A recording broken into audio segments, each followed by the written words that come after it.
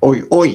Welcome back to the Martin Leaker channel. Good to see you today, guys. Happy Flaterday, wiggly flat thumbs. Hope everybody is groovy. See Nora there, Manny in the chat, and our lovely hippie shake. Good to see you all. Much love to you all, guys. It's going to be a fab show tonight. We're going to have a great time. I'm going to have a brain spasm everywhere, all over the internet. All my collective thoughts over the last few days. I'm going to share with you now on a Flaterday and what I've been thinking about, which is, because I'm today's host, Marticus Levitateus, levitation. Now, this is definitely a thing, and this is why. You ready? Okay. Let a few of you pile in. I can see Joe in the house there. Much love, Joe. Good to see you, lovely. Ooh. Big warm hugs to you. And Stefan, good to see you, my man. Plain speaking Jane's in the house. Yeah, we've got happy vibes in the house, man. We only do groovy over here, babe. Shelly Beach. Ooh. That sounds fucking where somewhere should be at. Sort of cold, miserable with Britain. Linda, it's not miserable. We made it this far, guys. It's another day in paradise for us. Another day in paradise. Okay. It's epic. Let's just go with it anyway, whatever. What choice have we got, guys? What choice have we got? Huh? So let's just have fun, kick back, let your hair down if you've got any. Bob Sykes is in the house. Ah, my martial arts brother. Fucking much love for you. And we got Jay Saunders, good to see you. And he's in Thailand. He's having a cup of tea. He's having a cup of Thai tea. Oh, there's nice. She was there with you and my man. Be fucking brilliant. We love a bit of Thai life now. And we got, ooh. Yeah. Let's just get over it. Okay. Don't worry. It's not about us. Let's just pretend it's not about us for now. And ignorance is bliss, I think. When you're trying to have a good time, it is. Hugh's been bringing down the jokes. Okay, you ready? Now, from my earliest memories as a child, from about, I don't even know, 6, even younger than that, I can remember sitting there and trying to move objects with the power of my mind. Even before I knew what telekinesis was, I was trying to practice it. My sister was doing it too, trying to. I can honestly admit, I haven't had too much success in this, considering monks can shift the mountains. I was, early stages. But then later, with my meditation and yoga practices, which I was doing before I was a teenager, I was doing lotus position, lifting myself off the floor. And as I mentioned before, I took my hands away, and it was a second or so before I hit the floor. And I had a holy shit moment. I was like, okay. I just levitated for a little bit. So really had some sort of obsession with levitation and my flying dreams. Lots of you have commented on my post after my post last night, that flying dreams and floating around on your back, all loosey-goosey. Yeah, man. It's quite common. Then I noticed later on, when I got into my teenagers, I got into music systems. I mean, big music systems. I mean, walls full of speakers and massive amplifiers. I would go 2 streets away to hear the bass of my systems. I was in competition with a boy down the road, Jonathan Davis, God rest his soul. Jonathan Bolton, God rest his soul. His system, yeah, he had his in the garden shed, and he just, listen. It was loud, okay? And what I noticed was when I put the stereo on, like really loud in my bedroom, that shit would start moving around, and my mother would shout up the stairs, "Martin, my glasses are falling over, everything's coming apart, the pictures are wonky." I would cause seismic activity in my house using bass vibration. All the pictures would go skew-if, the glasses would clink, and everything would move about in my bedroom. I was going around in a constant state of straightening anything up. So how is it not possible that you can move weights with sound? Well, it is, because I've done it. I just told you, I literally, to the extent, I had a shelf with a big bass bin on top, and the bass bin rattled itself off, fell off the shelf, and landed on my mate's head and knocked him clean unconscious. So vibration can be really dangerous too. It's a true story. So you can move objects. Opera singers, they can literally hit a pitch and they can smash a champagne glass or a wine glass. So we know this is possible for music to cause destruction and, oscillated at the right frequency, move stuff. They can already move, they say in science, because of the laws of physics. We'll go into all of that later. Only tiny little bits of stone using sound because they haven't got enough power. Well, maybe they're not using enough power. Yeah, get my drift. So we're going to look into today. I could have selected loads more, but we're going to go into many deep dives all in one. Looking at some of the ancient civilizations, ruins, and the impossible stones that are there. Okay, some of them even before the age of horse and carty, and even in the days of horse and carts, going on that a horse in the Victorian era could only maximum carry up to half a ton. A pack horse, and a shire horse or something from the countryside, as long as it got good roads, could only pull, as long as it's got a good descent, meaning not uphill, so it's had it in Wales, is a ton max. That's it. Yeah, well, what I'm going to talk about now, we're going into literally thousands of tons. How is it even possible in far off antiquity, nay, even the Bronze Age? And we're going to look into some of my favorite sites. We could have gone to the pyramids, but they keep speculating the pyramids were built with ramps and shit ton of slaves and sledges and rollers. Yeah, what the fuck ever. Anyway, we're not going to talk about the pyramids because it's so blasé. We're going to talk about Baalbek because it's got ball, so Baalbek, home of the Phoenicians, and then the Romans, and then Alexandria as well. They've all been through this massive complex. We're going to look into that. Stonehenge. No, a lot of you are going to say, no, that's fake, that is, bro. Yeah, man, they built it the other day. Okay, they may have built it the other day, but there still are some anomalies, as in stones, the sandstone stones, that have travelled 170 miles from Wales in apparently the Neolithic era. So even though all of these complexes as well, they're all shattered. And in my mind, I think that they're all unfinished. I mean, they get so far, and then a reset happens, and these places never got finished. One thing we're going to look at it, you can use your own discernment with this, is Göbekli Tepe. Okay, the oldest sites, they say, archaeologically on Earth, found in recent years, these stupid T-stones.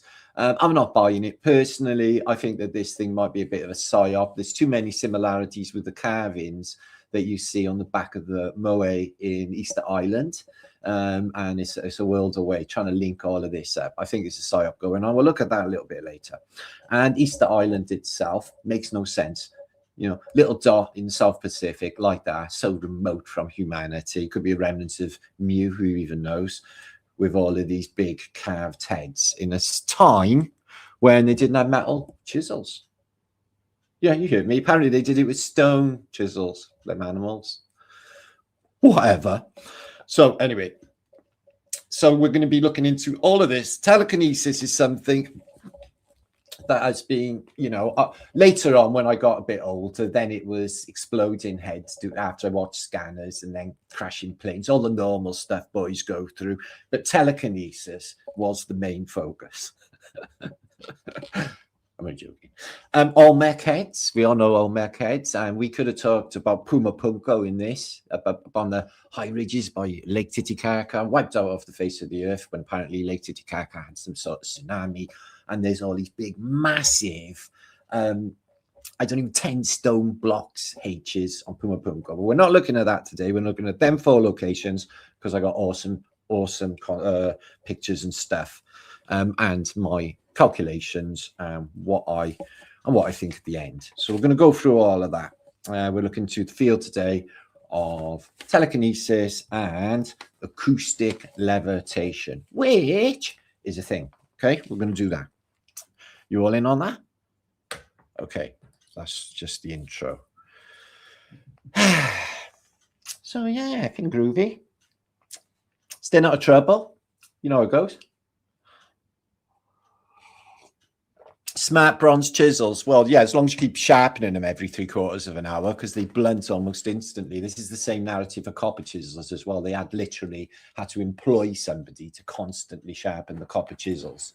This is the narrative for the Gothic cathedrals anyway, but the information now. So somebody said, I think it was Kevin in my chat earlier, said, oh yeah, they could have been moving these objects using air balloons. Well, some of these sites we're going to be going into are the apparent Neolithic era, so we'll give them a go, a miss for this. I have talked about and shown images of moving obelisks and stones in Paris, etc., using zeppelins. So they carry a shit ton of people. They can carry a lot of weight, okay? But for this post, we're going to discern whether these sites are actually authentic or not, first of all. And some of these stones are unimaginably big. I've got the dimensions, the size of these, which you wouldn't even, just crazy. People could not shift them, especially with the technology that they say was around at the time. Okay, so that's what we're looking into. Horse and carty, not a thing, I'm afraid. Okay, I've been looking into the average stone size for even from the Victorian era earlier. And it's just like, you know, logistically impossible to be building these giant Tartarian buildings that we witness in American cities, for example, on the back of a horse and cart on a muddy street. It would take, you know, decades probably. So that's what we're going to look into. Let me give you a few of you shouts. Let a few of you gather in. So yeah, I definitely think these sites that I'm going to talk about, except for the exception of Göbekli Tepe, which are, you know, we'll have a look at it, but I definitely think there's something iffy going on with that. Baalbek, well, I've got early documentation proof that this site is in antiquity, isn't it? It is home of the Phoenicians, and it's just cited so many times, Baalbek, as Heliopolis, when Alexander the Great took over the place. Heliopolis, you can see in many citations. So that place, Baalbek, through antiquity, we can presume was there, okay? But when was it wiped out? Well, I think all of this were, because the Baalbek stone, the biggest stone in antiquity, we're going to look at shortly, did not get finished. And what we're finding with a lot of these places in antiquity is they seem like, well, apart from the fact that they're smashed to pieces, is they are unfinished, almost as if they never got this stuff done in time. So yeah, some of the facets and some of the aspects of Baalbek's complex are really mind-blowing in scale. I hadn't quite until I dived into it and looked into the quarry, you know, the feasibility of putting these massive stones onto rollers for what was 800 meters from a nearby quarry. Seems a bit farcical. We'll have a look though. Okay. Transported on rollers and sledges. Okay, that's what antiquity gives us. But they give us watery balls and dinosaurs as well, don't they? So we'll take all that with a pinch of salt. So yeah, Baalbek. And we're going to look into all the different civilizations that have inhabited this place and some of the best photographs that you will see on the internet. So that's me today. I got loads to share as well with you, taking us up to images of the day, and that'll be the recipe for Flaterday. So I hope you're ready. Buckle up. So there's Kevin, who's quoted earlier. Doctor Who used the first trillion years ago to escape. Yeah, well, that's made during Cardiff, and he talks a pack of shit. There's no trillion anythings. Oh. I was going to do a post in the future on Speed of Light. That gets on my nerves. Yeah, Late Titty Kaka. It's wicked, isn't it? It's one of my favourite names as well, Dusky. I know. Who knew? Natural Law, says Chris. Indeed, Darwin Natural Law. All there. Their law. Sonic Boom Boom. Well, we talked about destruction through sound, and it is the same, similar technology. The other side of the coin, I guess you could say, is what we're going to go into now. Okay, Melisande, which when I propose it in the way I'm doing, you might be convinced that that might be happening. There's loads of ideas of how they're moving these stones, but what they say is bullshit. I think, if, we were in a evolved state of consciousness more than we are now before reset, we wouldn't be pissing around with lifting heavy stuff. Yeah, we would just make sure that we was just smart enough, or a bit of telekinesis, a bit of sound play. Yeah, get the geometry working for us and get that thing floating. You could probably just push it with your finger up the hill like that. That's the way I see it anyway.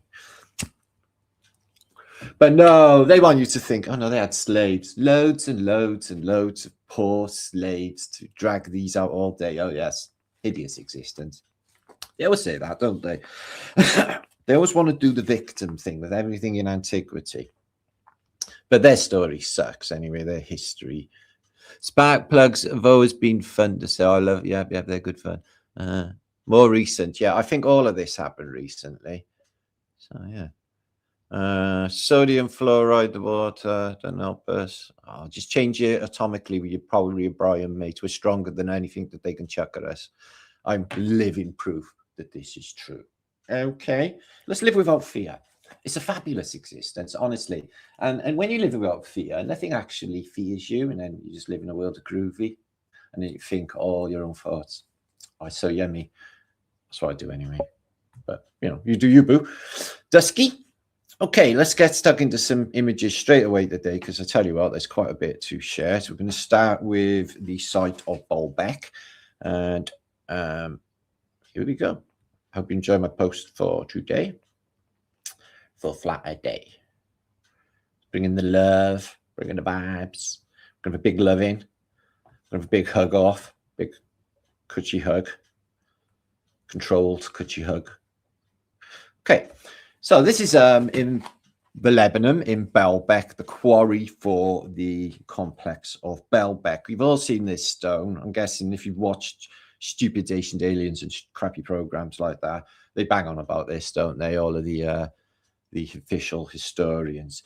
But what they don't tell you is a couple of years ago, they found a stone underneath this stone, which is almost double the size. So this stone is the biggest stone in antiquity that's been carved, and it was meant to go into a building, and it weighs 1,700 ton. And there's one underneath it twice as big, which would be about 4,000 ton. In far off antiquity, apparently. So how so? So yeah, so you can see that it was carved. They're trying to say that this thing's been here thousands of years, just laying there out in the open, partially submerged with another stone underneath, and it's still there, and nothing else has happened. It's just, to me, I'm really convinced that this is some sort of modern scam, going on,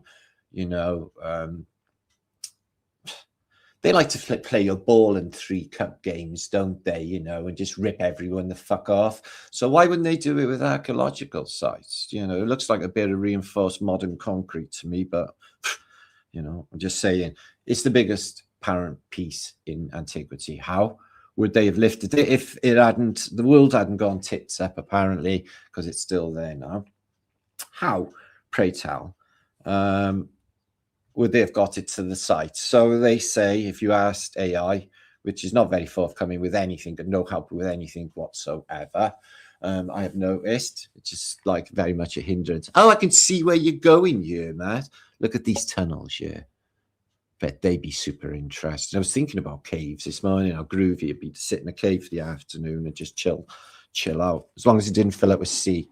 And then, but a dry cave. Yeah, so you can see there's some evidence of what looks like machining. To me, it looks like a bit of concrete, but apparently it's sandstone. So we just go with it. There it is. And they apparently cut out all of the bits of stone for the complex of Baalbek we're going to look into now. So yeah, these stones you can see in the plateau of the Temple of Jupiter are some of the biggest stones ever to be laid in antiquity. Okay. So first of all, the lower level, there's been many civilizations in Baalbek. The lower level, this one here, or probably lower. They say is Neolithic, and they have no idea who put it there. Okay. The big stones and the stuff you witnessed there, okay, is apparently from the Phoenician complex that put this thing here, the Phoenicians, okay, because it's in Lebanon and that is Phoenicia.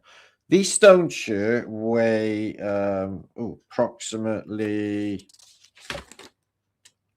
excuse me, I've got it, 20 to 25 tons, the average stone. And then ones you're looking at there are 800 tons a piece. So either it was built by giants, which they do say, because there is a narrative that Cain, you know, the son of Adam, built Baalbek and he was a giant, but, you know, can't really, got no photographs, it ain't true, you know what I'm saying? So, so the base of the temple to the Jupiter, I know Ancient Aliens said, oh yeah, this was a platform for the fucking mothership, bro. This is like the bee's knees. There's all sorts of stuff hidden in it. Anyway, the big layer is the Phoenician layer. Now the complex, so the Phoenicians were there, they say 2000 BCE. So they're saying 4,000 years ago onwards till, and they worship Baal, as you know, who was their sky god. And then, dun, dun, dun, dun, Alexander the Great came along. Wow. Alexander the Great came along. He conquered it in 332. Interesting. 332 date, BCE.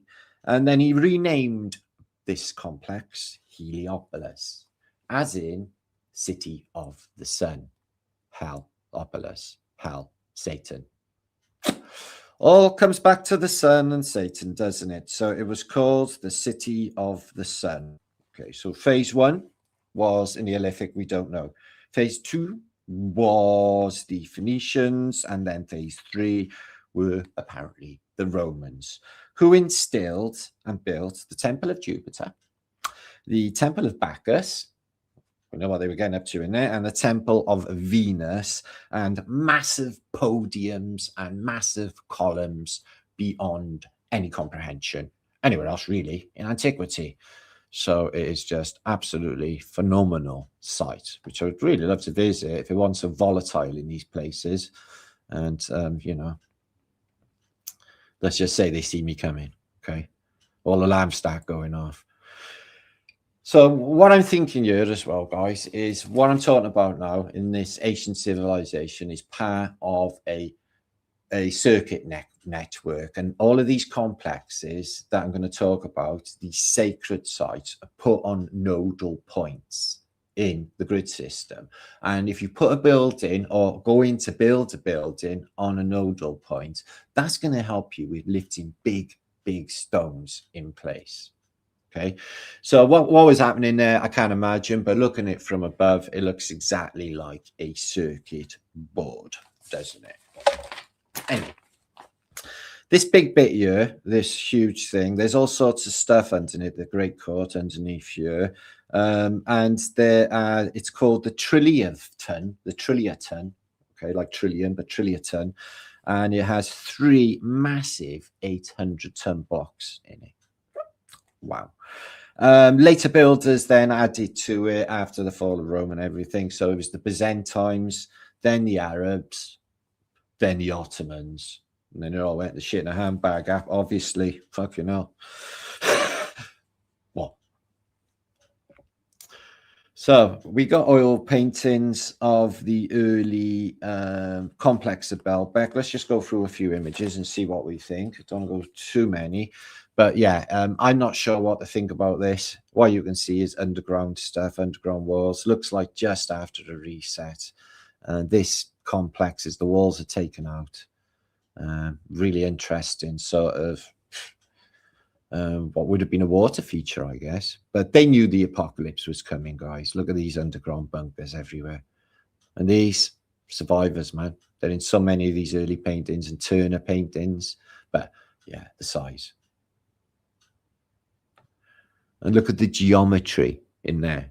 So it's definitely about the geometry and matching the geometry. I bet if you match it perfectly, that thing you just lift with your finger. Do you remember doing that with your friends? So we would sit a friend on a chair And, you know, you can call it magic if you want. You can call it whatever you like. This used to happen. And you put hands over your friend's head while they're sat in the chair like that, and you just lift them off the ground like they're nothing. How many times have you done that? Everyone's like, whoa. I've lifted people off sand like that, just laying down with fingers like that, like they're nothing. Have you done that? How do you think that's possible? Well, they're showing you advanced geometry underneath, which I find fascinating, especially when it comes to lifting giant stones like that up there 4,000 apparent years ago. I bring everything forward. You can do the handprint of the Phoenicians all over this. This is definitely their home city.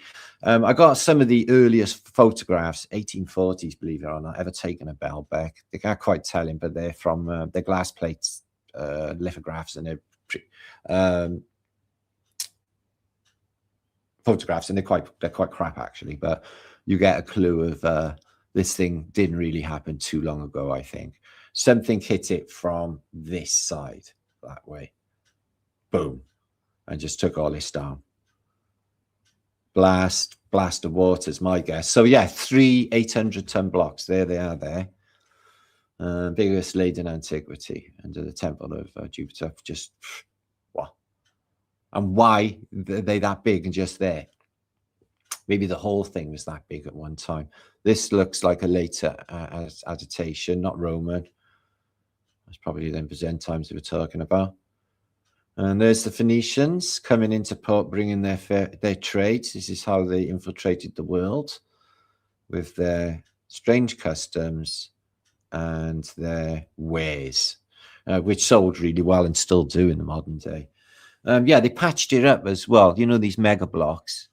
Just to give you an idea, these are 2 people here. Sorry, I can't blow it up. I can a bit, maybe. 2 people there to give you an idea of the scale. And you can see the end of a column there and there. So they've patched up this wall with columns. How?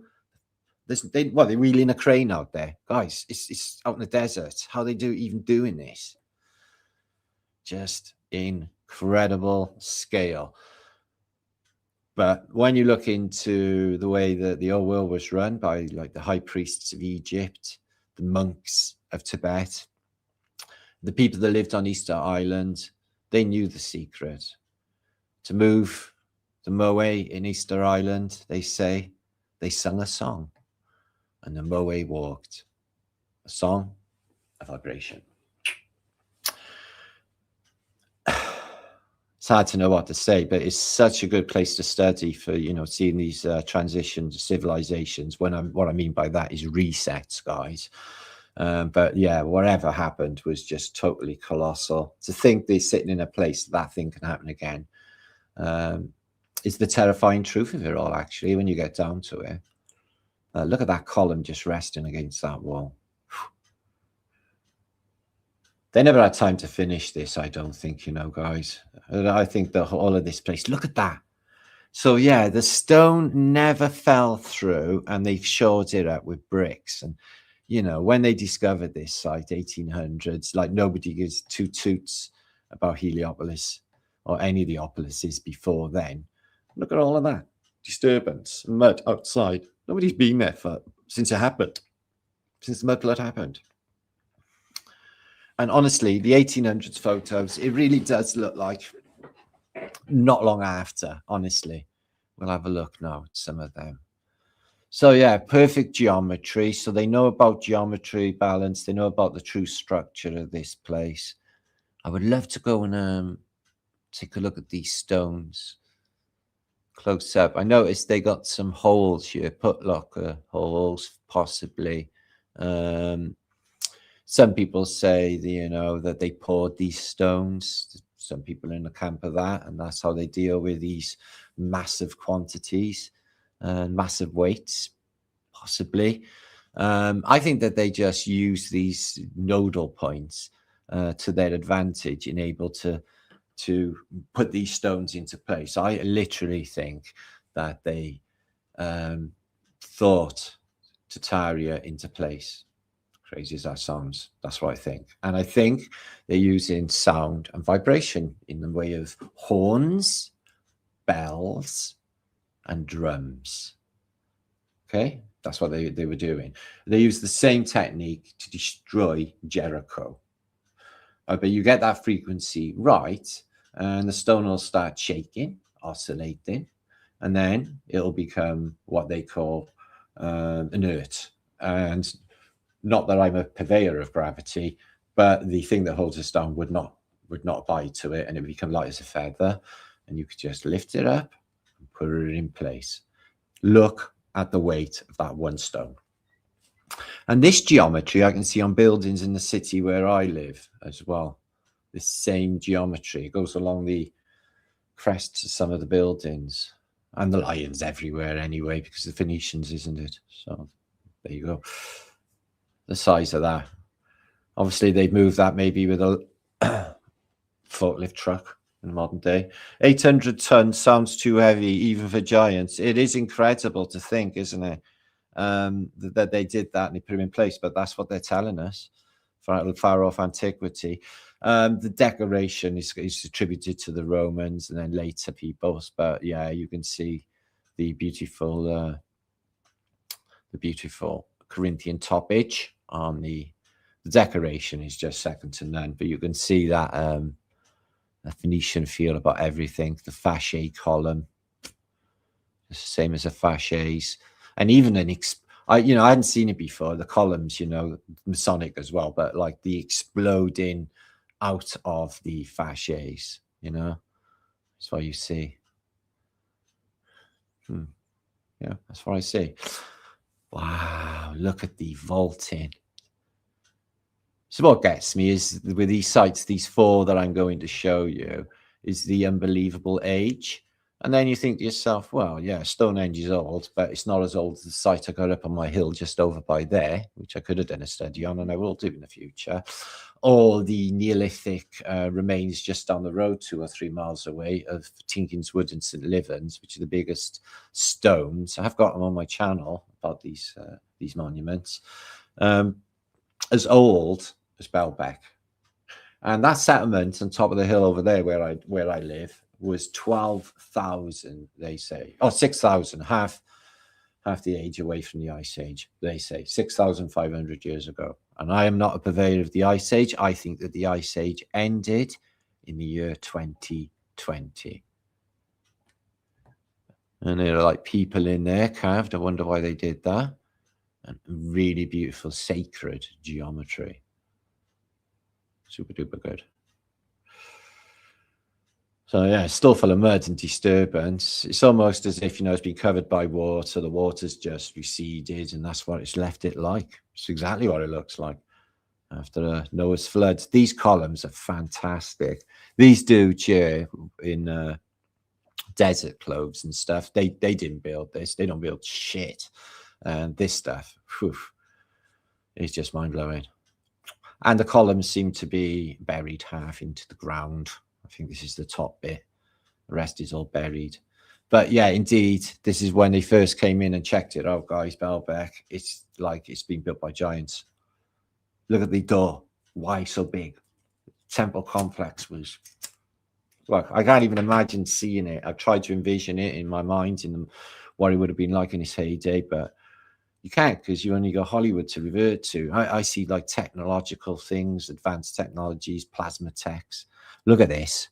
Tell me they never knew Armageddon was coming, guys. This complex wasn't even finished. They dug in. So many of these, Heliopolis, Persepolis, and all of these ancient cities, you can see that these complexes, but apart from wiped out, they weren't even finished when they were wiped out. Look, the vegetation in this, I'm guessing this is 18th century engraving, is all there post Armageddon, not long ago. Wow. Wow.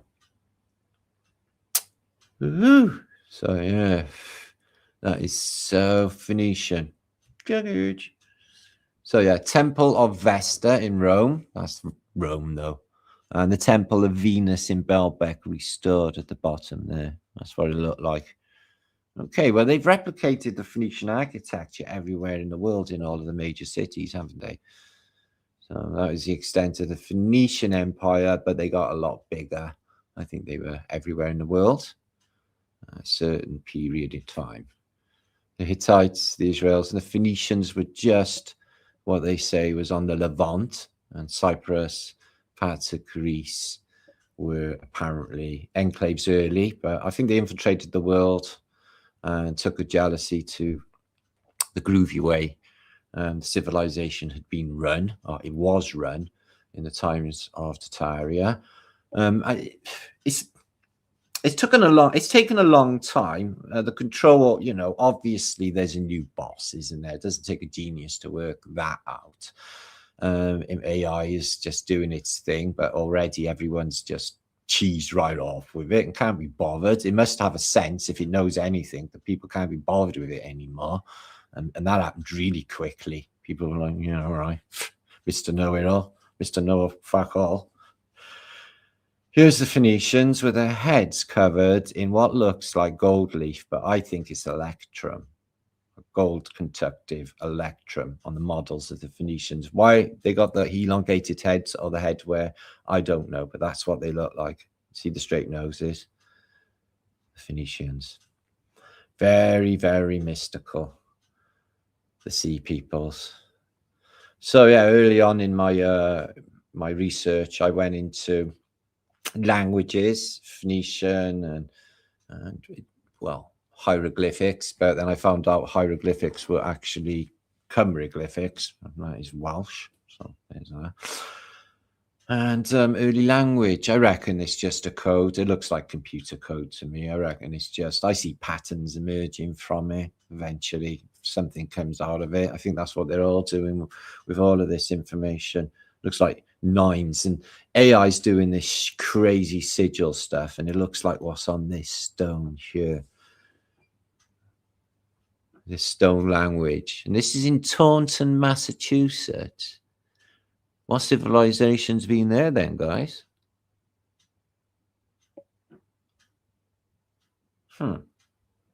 Anyway, back on track.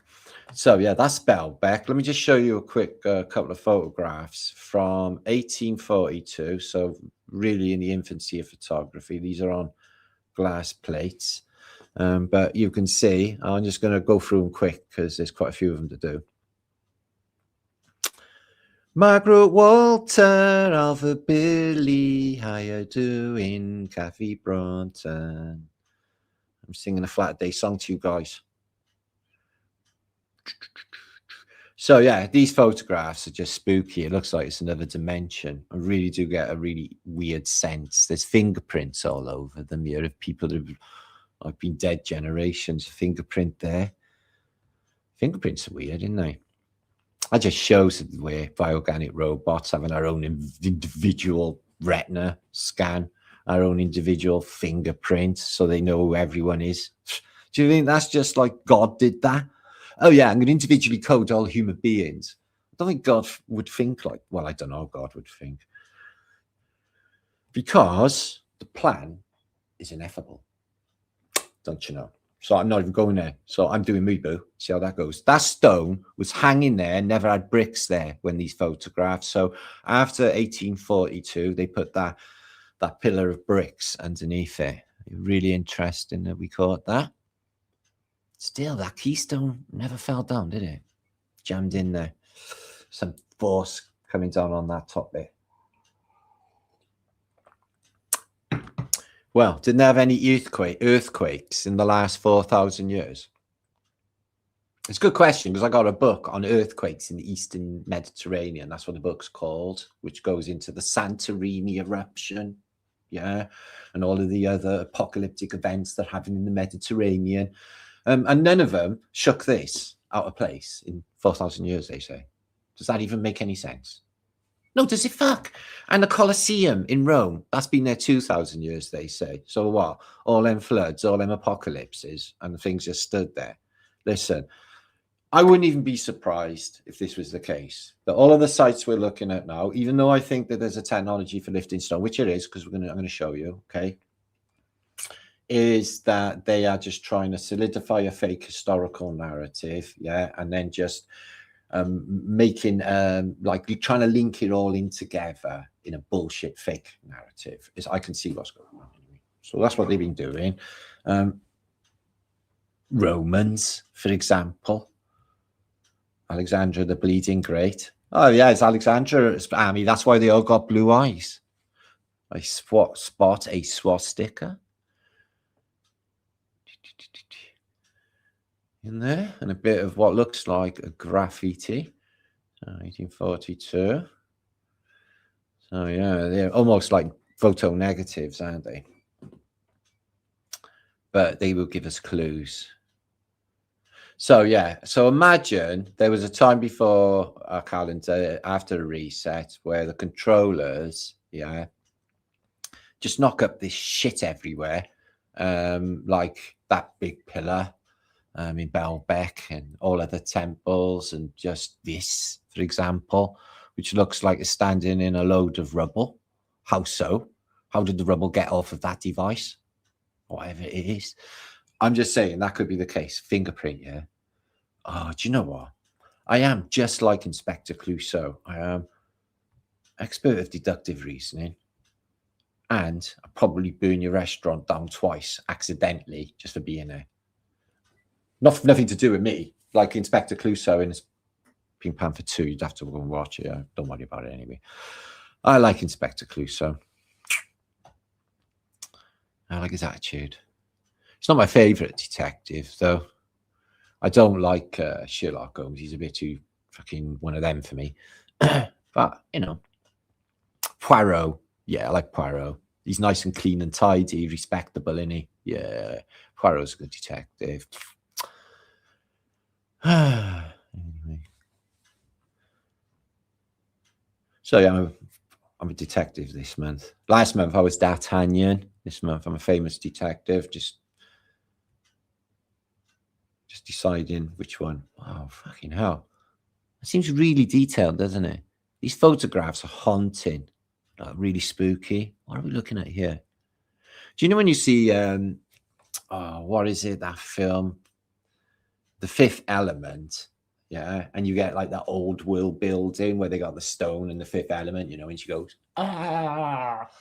And they have all devices that look like this on the wall. It's supposed to be ancient. Also in Tomb Raider as well. That's all underground. Yeah. Yeah, so that stone was there in the in the Victorian era. Still covered in all that moss stuff. And then 150 years later, it's still sat there.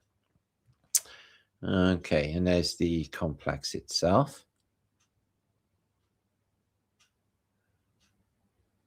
Phenomenally big. So yeah, it's hard to believe they were taking photographs, 1842. They were doing them then. They were doing them before. I really do think this is looks so messed up and fucked up because, and even burnt really, it's a survivor of the apocalypse. Some of these photos, even some of these films, I am absolutely convinced are leftovers, and they're just saying, oh no, yeah, man, this was like 1893. It just couldn't be 1793 because we never had cameras. Like, yeah, right. Whatever. A likely story. So, yeah, it's got tile on the front of that, isn't it? Looks like some sort of glaze. So, yeah, human bones never, ever decay is an interesting fact. And enamel on teeth as well. So, it lasts forever. So why didn't God give us like everlasting enamel on teeth then? Oh, and why all the imperfections with humanity anyway? Just makes no sense. Right, the next site we're going to be looking at here, guys, is Göbekli Tepe. Now, I've never really been down with this for this reason. So I got a photograph, but I can't find it, and it's disappeared online. Of the discovery of this site with a Turk, right, who looks like, you know, a Turk, who's found a bit of a stone sticking up out of his fucking dirty field, and he's got a goat by the side of him, and then there's a guy with a camera and one of those antiquity people with a fucking cowboy hat on. You know, they all get them. If you're in like that sort of elk, you know, I'm a TV or an internet archaeologist, cowboy hat gives you credibility. You know shit then. Okay, just let you know that. So yeah, it seems to be under a mound. So it is near to that site that they say Noah's Ark came down at, near Mount Ararat in Turkey. And that one is a big stone thing that they say is an ark. To me, I think that's another big load of bullshit. I think them is just trying to be Ottomans trying to claim all of the biblical stuff when it all really happened on the other side of the Atlantic Ocean and in Britain. Okay, so there's that. So oh no, that all happened, yeah. So I don't think so. So you can't claim that all happened out in the middle of fucking nowhere. And why would that happen there? No, man. We're talking about civilized stuff in civilization. Anyway, my rant over. So yeah, let's have a look. So he found it. There was a photographer there handy, a bit like the Iwo Jima flag. And this complex is apparently massive, a bit like the Terracotta Army. They haven't really dug much of it. And then what you find is these T-blocks with animals on the back. Okay, right. What do we know about Göbekli Tepe? Well, apparently it's post-Ice Age, even though the Ice Age only ended 6 years ago. So there's that. And the T-shaped pillars are very similar to the animals that are represented on the back of some of the moe. It's really weird. So they range from 5 meters tall to 10 meters tall to 20 meters tall, some of them, which is really, really fucking high. They can average in weight between 10 and 20 tons. Just remember that for a moment, 10 and 20 tons. Okay, they're putting them all in place. Only this, they were built in a time where there wasn't any metal yet or any wheels because they hadn't been invented yet. Apparently it's older than Stonehenge by about 8,000 years, and it's the world's oldest monument. There's no evidence that it was a temple, any human occupation, no tools, because tools hadn't been invented yet, neither pottery, wheels, agriculture, or anything, because everybody was doing something else, maybe never eating. But they found the time to build this. I see similarities between Scarabray in Scotland and Easter Island. It's like a mix of two of them.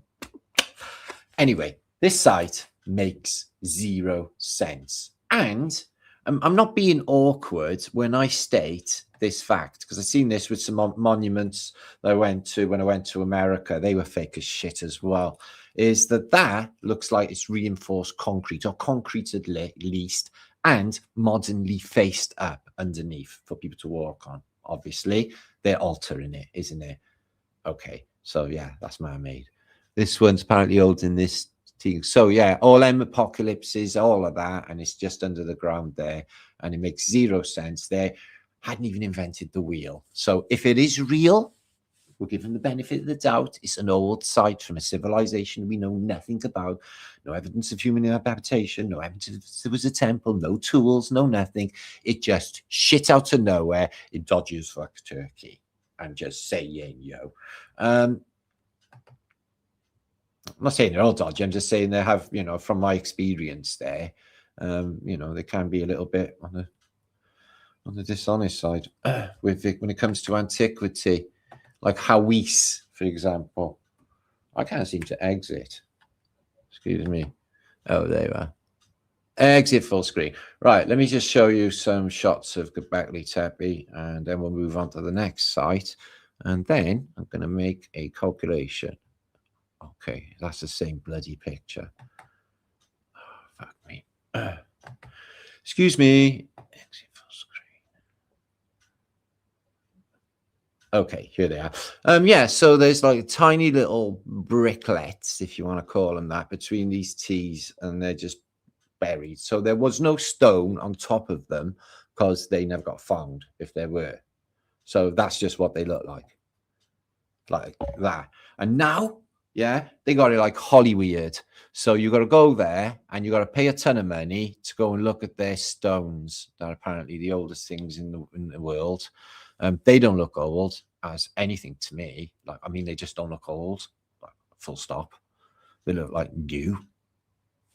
That's just me. The walls look old, bit shit actually, but yeah, they look new.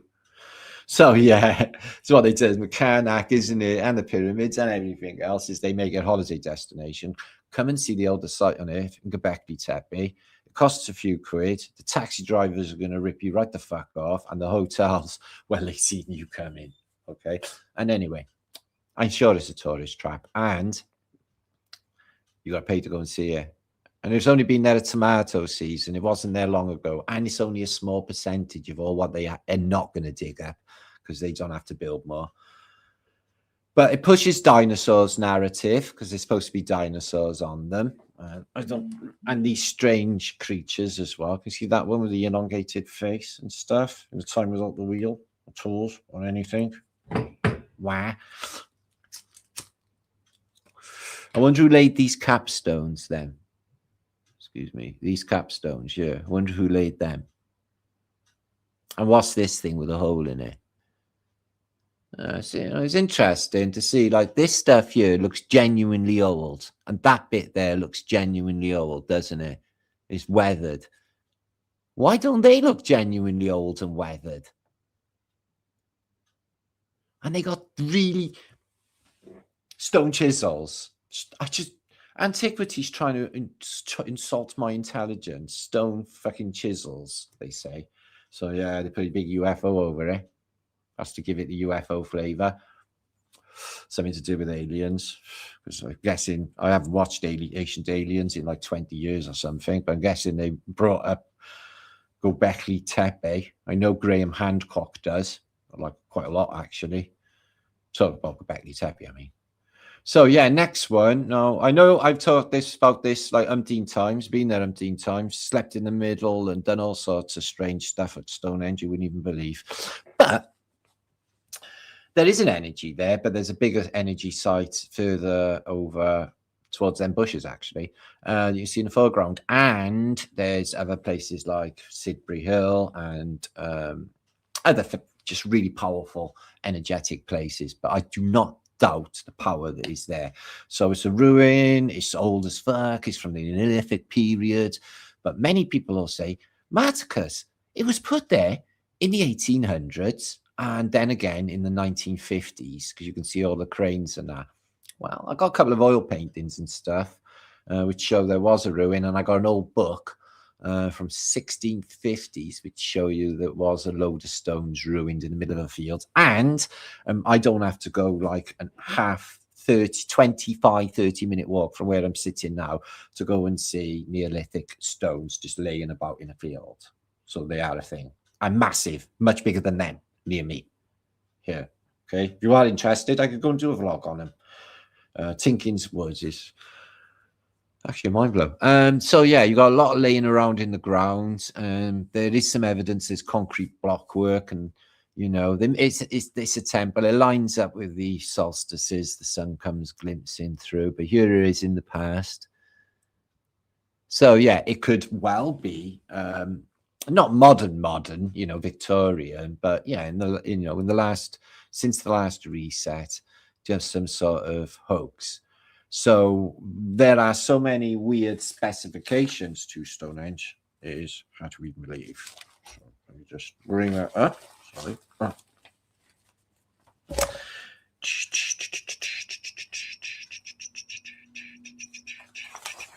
So yeah, I used to go to festivals every year, and you know, I was there when the police turned up that time. We all went to Glastonbury. It was a fucking shit show that was. But yeah, I've been to raves in there and all sorts, seen many spooky things in there. These stones here are called Sarsen stones, S-A-R-S-O-N, Sarsen stones, and they are from the Preseli Mountains in West Wales. Okay, and apparently that's 170 miles away. that they got these stones. Now, they did in a 1980s BBC documentary, tried to bring this one small stone over down the Bristol Channel on a boat, and boat sank or was going to sink. So they abandoned that and thought, well, they can't do it. So how else did they get these stones there? Is it just a modern day fake and they drove them there on a lorry bed, maybe? Because 170 miles seems really weird. So why did they have the blue stone? Well, probably its vibrational qualities. I can see machining on that top sarsen stone. See these lines? They're from a steel spike that's been stuck down and a hammer, bam, bam, bam, and then further along, bam, bam, bam, until a stone splits. How do I know? Because I've done it, and it leaves exactly the same mark there. There is a split in the middle there as well. So yeah, 1950s. Earlier, I think twice they did refurbs in the 1900s, and you can see they got cranes and they repositioned the headstones because I'm guessing it was a bit dangerous. And in the Victorian era, you can see there was just a dusty road going through to a place that no one really gave two shits about. I noticed the UNESCO says it's not a UNESCO site anymore because they went and built a big tunnel underneath it. So we just got fucking killed. Anyway, what's the size of the stone? So the largest is 35 tons. Yeah, in the Neolithic era, 35 tons. There is Victorian era, and there is in the modern day. So they've uprighted the stones and they've tarted a bit of it up, but it was in a Victorian era at least. And you can't, if you can rely on oil paintings a bit before then as well. I think Turner done one. The average upright that you can see there is 20 to 25 tons. 20 to 25 tons. Fucking hell. The heel stones that you see just laying around, they are 30 to 40 tons a piece. Okay, wow. So they are monumentally heavy and big stones. They had to bring cranes in the modern day. Look at this, just horse and carty. Can you imagine trying to get one of them on the back of there? Well, obviously they weren't doing that. There's so much we don't know about our past, guys. How the fucking hell did they get them there in the first place? And what is the fucking... Why would you just wake up and want to go and put stones up everywhere? Well, turns out they're on the ancient network and ley line network, which is a fact. And they were harnessing that natural energy, the chi energy. You can see Stonehenge here in an old medieval book. So they were definitely tarting it up then. I was going to go as far as to say he's standing in water because there's a flood, and that they are altering Stonehenge or even putting it there in the first place by that engraving from the Middle Ages. Interesting. Stonehenge and Glastonbury Tor. Now, the ley line that's not showing you here, that one there, rips straight through the church. That looks like a secondary tor, which is literally 10 minutes walk in that direction, which is also a Iron Age megalithic fort. So here is the Great War, First World War, maybe around 1914, 15. No, before 14, because they got flat hats and they had round hats after 15. Yeah, so you can see that they had the little nipple on the top there because they haven't had the headstone put on there. So they had alterations after that point as well. And there is the ground plan.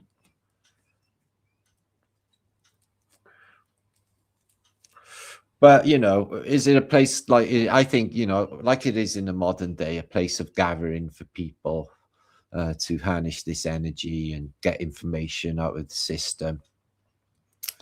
I definitely think would work even if it was a fake, because it doesn't matter if it is. I think it was older, but I don't think anything is Neolithic. So there is with top hatters in the Victorian era again. So it's there. Algae on it and stuff. And then they decided to put these on top. So somebody made the decision to do that. One of the most important and oldest archaeological sites in the world, they say. What's underneath it?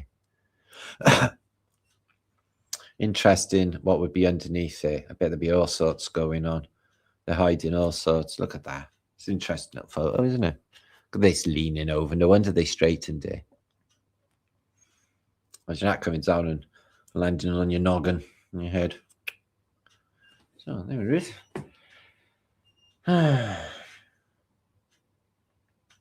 It's an unusual place to be, though, especially when there's thousands of people there and you're off your head. It's a feeling like you don't get anywhere else except for Glastonbury, really. Yeah, you can see that inside the mold of this stone is a bit of what looks like just concrete. So they've definitely done that there as well. So you make minds up. I think that looking on Göbekli Tepe, it looks like that might be a bit of a ruse. Looking at Stonehenge, it's just cover. I don't think it is what they say it is, and I don't think it's Neolithic. But the stones getting them there still poses a mystery, even if they haven't used lorries, etc., which you probably have to get them there from Wales.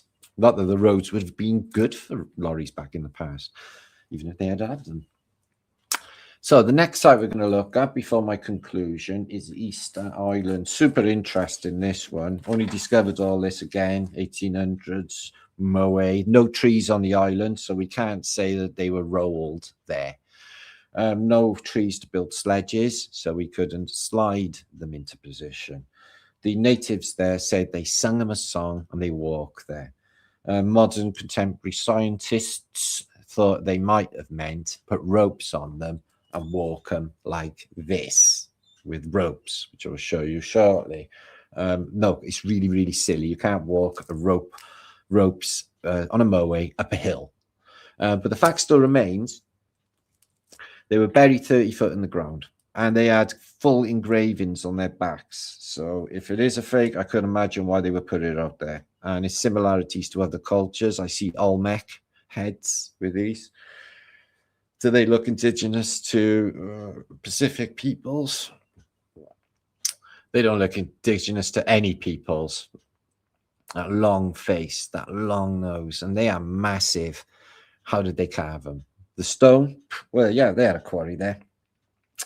So the material that they used, if you're wondering, because there's no stone as such to build these massive monuments, you see some there, is tuff. It is called tuff. It's compressed volcanic ash. They must have had some sort of equipment to compress volcanic ash to make this stuff called tuff. And the hats, some wear hats, which are called pakeo, but they're buried 30 foot in the ground, discovered 1800s. They don't look like anybody really, not indigenous people, not Chilean. What do they look like? Maybe the Olmecs. We'll take a look in a minute. They're giant Olmec heads. That's Mesoamerica. I guess in Chile would be probably the closest civilization, right? Let's take a look at the back of these moe. You can see that there's somebody's taken the time to carve all this detail. Again, really similar to Göbekli Tepe, isn't it, guys? Very, very similar. And they built them and then buried them 30 foot in the ground, did they? Or were they standing on the surface and all of this mud come later in the way of a worldwide apocalyptic event? And then they put them on these flat platforms. So the average moe is 10 to 12 tons. The largest being, you might see there, 75 tons. The largest unfinished, because there's a load there that are just laying around unfinished, like the other sites that I just showed you, all unfinished. Like the world ended before they had a chance to finish anything. 100 to 165 tons apiece. Their height is typically around 4 meters. The tallest is around 10 meters. Wow. Unfinished ones laying around, the tallest they got is 21 meters. That's mighty big indeed. So where did they get this stone, this volcanic stone? Well, they produced it in a quarry, apparently, which was 11 miles away from these platforms. So they brought it 11 miles, the stone, to this platform, which is made of the same tuff. And it's not only The moe you can see in this platform is evidence of walling below ground level. So there could be like cities there, all we know, guys. So their narrative, as I said, is they used to walk them upright using ropes. Okay, I've got a picture, I think, of that happening. So yeah, some of them are a bit more deformed, haven't really taken form and finished, so to speak. Really pointy chin, pointy nose on all of them. This one's a bit plump. And he's got his hands on his belly. He's holding his belly like that. He's got a belly button too. It's a bit chunky, that one.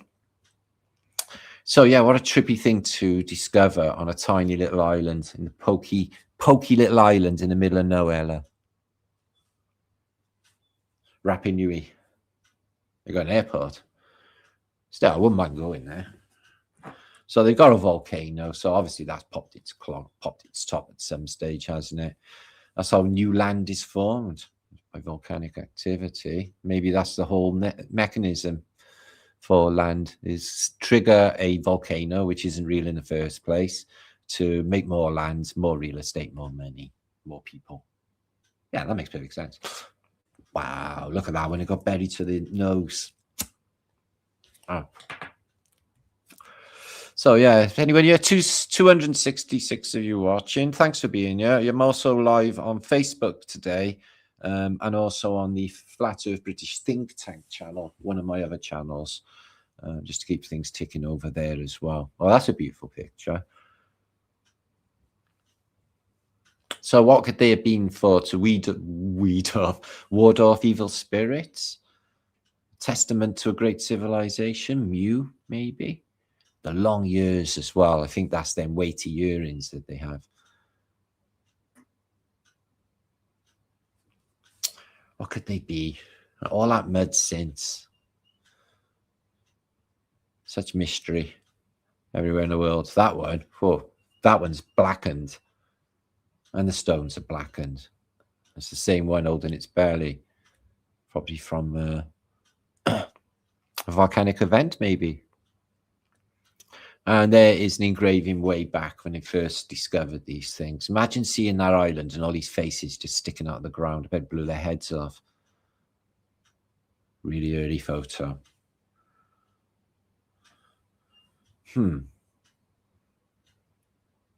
All that engraving. He's got a couple of table tennis bats there. Look, tennis bats, tennis rackets. But yeah, I think it's all mud flooded, isn't it? Wow. So is it me, or is that one looks like any? I haven't seen this one. Looks nothing like the other moe. He's got a pair of glasses on, a flat cap, and he's holding two sorts of handles. He's got a pair of pants on and a big pair of boots. But he hasn't got square eyes. He's got shades on, yo. Wouldn't you say? I think so. And look at these for antiquities, examples of things that people have seen that they have built. Again, that look of Easter Island, these peoples, whoever they were. That one looks like a Buddha, slightly oriental, wouldn't you say? Yeah, I get the ornamental vibes. So yeah, they look a bit cheesed off with it all, stuck there for a neon. Don't worry, reset's coming. So they got a beautiful lake there as well. Oh, it's why haven't they got condos around the lake and boating and beautiful stuff? Invest a bit of money. So they got loopy earrings. Yeah, they're popular in the modern day, aren't they? They look fucking terrible though, don't they? Imagine catching that on something and just pulling on your ear. Your own fault though, wouldn't it? On a coat hanger. Don't go in a department store if you got loopy earrings. Fucking hell. Wow, that's a really cool photograph, isn't it? Whoa, this one's face down. Don't know what he's doing. Oh, this is early photographage. So yeah, must have blown their heads off. But what the stuff they got wrote on them is just rubbish, really. It's not even sensical. Creatures and stuff, and there weren't too many creatures on this island. So yeah, they say that they got them up there by doing this, walking them back and forth. Yeah, right. Walking them back and forth when they are, what, 70 tons. Yeah, you're tripping. So, yeah, check that out. Community within a crater. Oh, I love that. One's just laying on the beach or on the cliff, just laying there with all sorts of weird stone as well. I think there's so much going on in this place in the past. These are from, this is not Easter Island, by the way. Just at the picture. That's the same volcanic stuff. Tough, it's called. And I'm not sure what that is. He's a sailor. Could be them hats that they have on the tops. Oh, there's unfinished massive ones. I wonder how they were hoping on getting them there.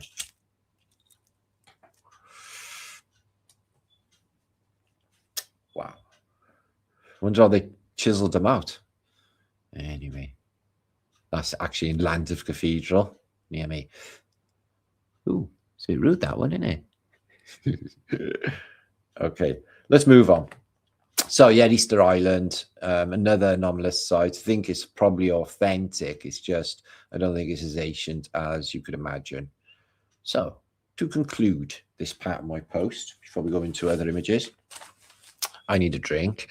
So imagine you put a building, or you're going to put a building, a Tartarian building, massive energy center complex, in the shape of a computer motherboard, and you're going to be moving big blocks. So what you want to do is you want to make a resonance, okay, that if it's already there in the ether, you can just activate it by using your own frequency, which they were using because they had the frequency of Nation Tartaria, to oscillate and make it all light as a feather. Science, well, AI says, well, I don't think physics can allow for them to lift stones. And then I showed her a bit of like footage, and she's like, oh, right. Well, in that case, yeah, I think I can see what you're saying there, Matt. It's like, well, you've got to stop telling lies. So, yeah, it's called acoustic levitation, and something like that could cause a resonation. And they're dotted around all over the place, especially in China and Tibet. And we're going to think about monks a little in this post, because they, Tibetan monks, know a secret. And other cultures as well, which I'm going to share with you, which have been cited all through antiquity. Check this monk out. Inside of it is buried all stuff. I bet there's that going on in loads of old Buddhas in high streets, Buddhas in cities, dead people inside. I bet they do. The Phoenicians do it with statues. Looking at a statue and skeletons inside. Definitely think they're doing that. So anyway, how do they do it? Breathtaking, the Zen of farting, which I have become quite accomplished at, as you know, being Marticus. Teachings from the original Zen master, Rape Gurdwan. Okay, it's like, you got to be at one with your body, guys. And when you're at one with your body and you don't eat crap, your farts do not smell. It's a true story. Okay. So I talked about this last night, anti-gravity, didn't I? And people like anti-gravity underpants and people just flying around everywhere in antiquity. Okay, that seems to be a thing all over antiquity. The people are flying around. Okay, so how are they doing it? So today in modern science, they can move small objects like stone, can be lifted using. Well, he's a young man. What's he gonna do? You know, it's yeah. He's like literally, even though he's gone into the brotherhood, he's more thinking about the sisterhood or bitty. Oh man. So bells, definitely. I don't know how he's going to lift this bell up. I'm not sure what's going on with this gentleman. Anyway, so today they can move small stones. So what they do is they produce standing waves that trap an object, and then they can move the object as required within the standing wave. It's produced by more energy than they're talking about. I'm talking about resonance energy that can be activated by bells, horns, and drums. Now, just bear in mind, okay, when you do achieve what is regarded as perfect resonance, this sound can become so powerful, it can actually destroy the world and everything around it, which is what maybe happened, which is why the Liberty Bells cracked and the Tsar Bells cracked. I'm not sure how this guy is going to be. He's a kung fu master. He can just probably lift that up anyway, like it's nothing. You see that because apparently some of these masters, okay, can lift unbelievable weights like it's nothing. Are they stronger? Is it their chi energy that's lifting it? You're damn right. The chi energy, the super strength lifts it. So yeah, monks definitely know how to move stone. They used horns and song and prayer. So partly telekinesis as well to lift their stone. So the ancient Egyptians, priests used chants. They used a combination of chants to soften stone, to make it so soft that it was malleable to dress and lift. The Incas were quite interesting. They used whistles to move blocks, whistles and pipes to move blocks. The Incas did. Who else? We got the Moe, and they said that they sung the Moe a song, and then the Moe walked. So a song, music, sound, vibration got them stones moving. I think that they were doing that. Let me just show you this little bit of footage. Think if you wanted to move a large stone object, okay, and you had water involved, like underneath it. So this evidence here is a strange bit of evidence. So you've got Victor Schauberger cited on the top. So she's going to produce a sound from a horn, and it's going to activate, or water from under the ground knows this sound, it syncs with the sound, and it shows itself. It's quite an incredible bit of film, and I think this sort of thinking is what they were doing when they were moving stone. Okay.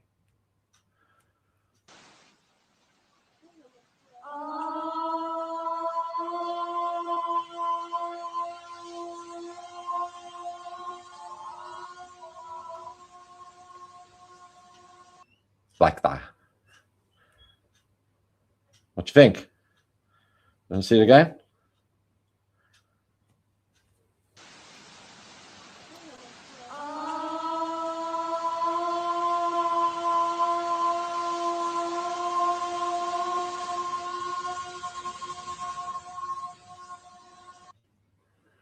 There's so much that they don't tell us about our reality.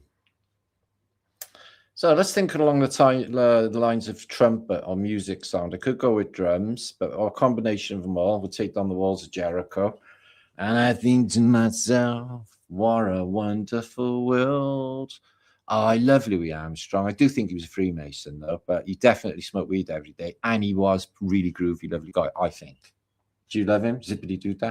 Do you love his trumpet playing? It's pretty fantastic, isn't it? We all love Louis Armstrong.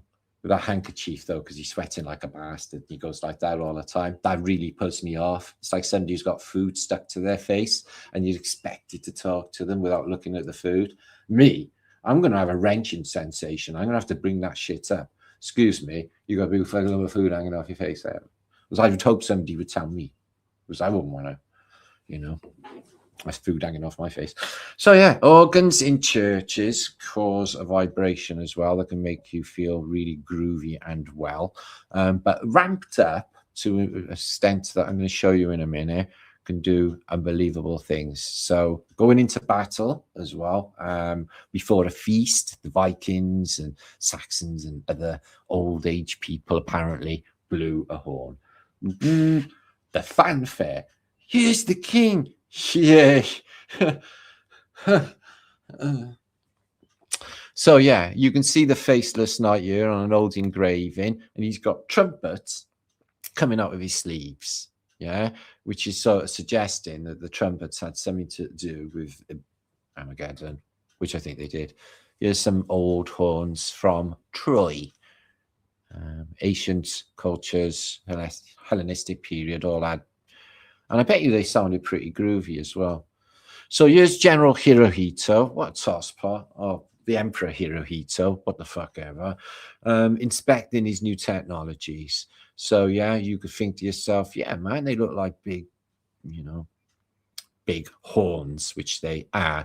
You could think that they are listening into enemy aircraft, or that they are producing an acoustic sound that will make it rain. Make it rain. I think this is weather modification equipment with the Emperor Hirohito. Here's from an old engraving. Some biblical trumpets that they had, and panpipes, keyboards, and stuff. Oh, yeah, man, I bet the music was badass. I bet it was like Led Zeppelin. So, bell and vibration. You can see a bell and a clanger here, but the bell's laying down because it's fallen out of its original place, and it is massive, so they're not going to be able to shift it anytime soon. How come they can't shift it? It was there in the first place.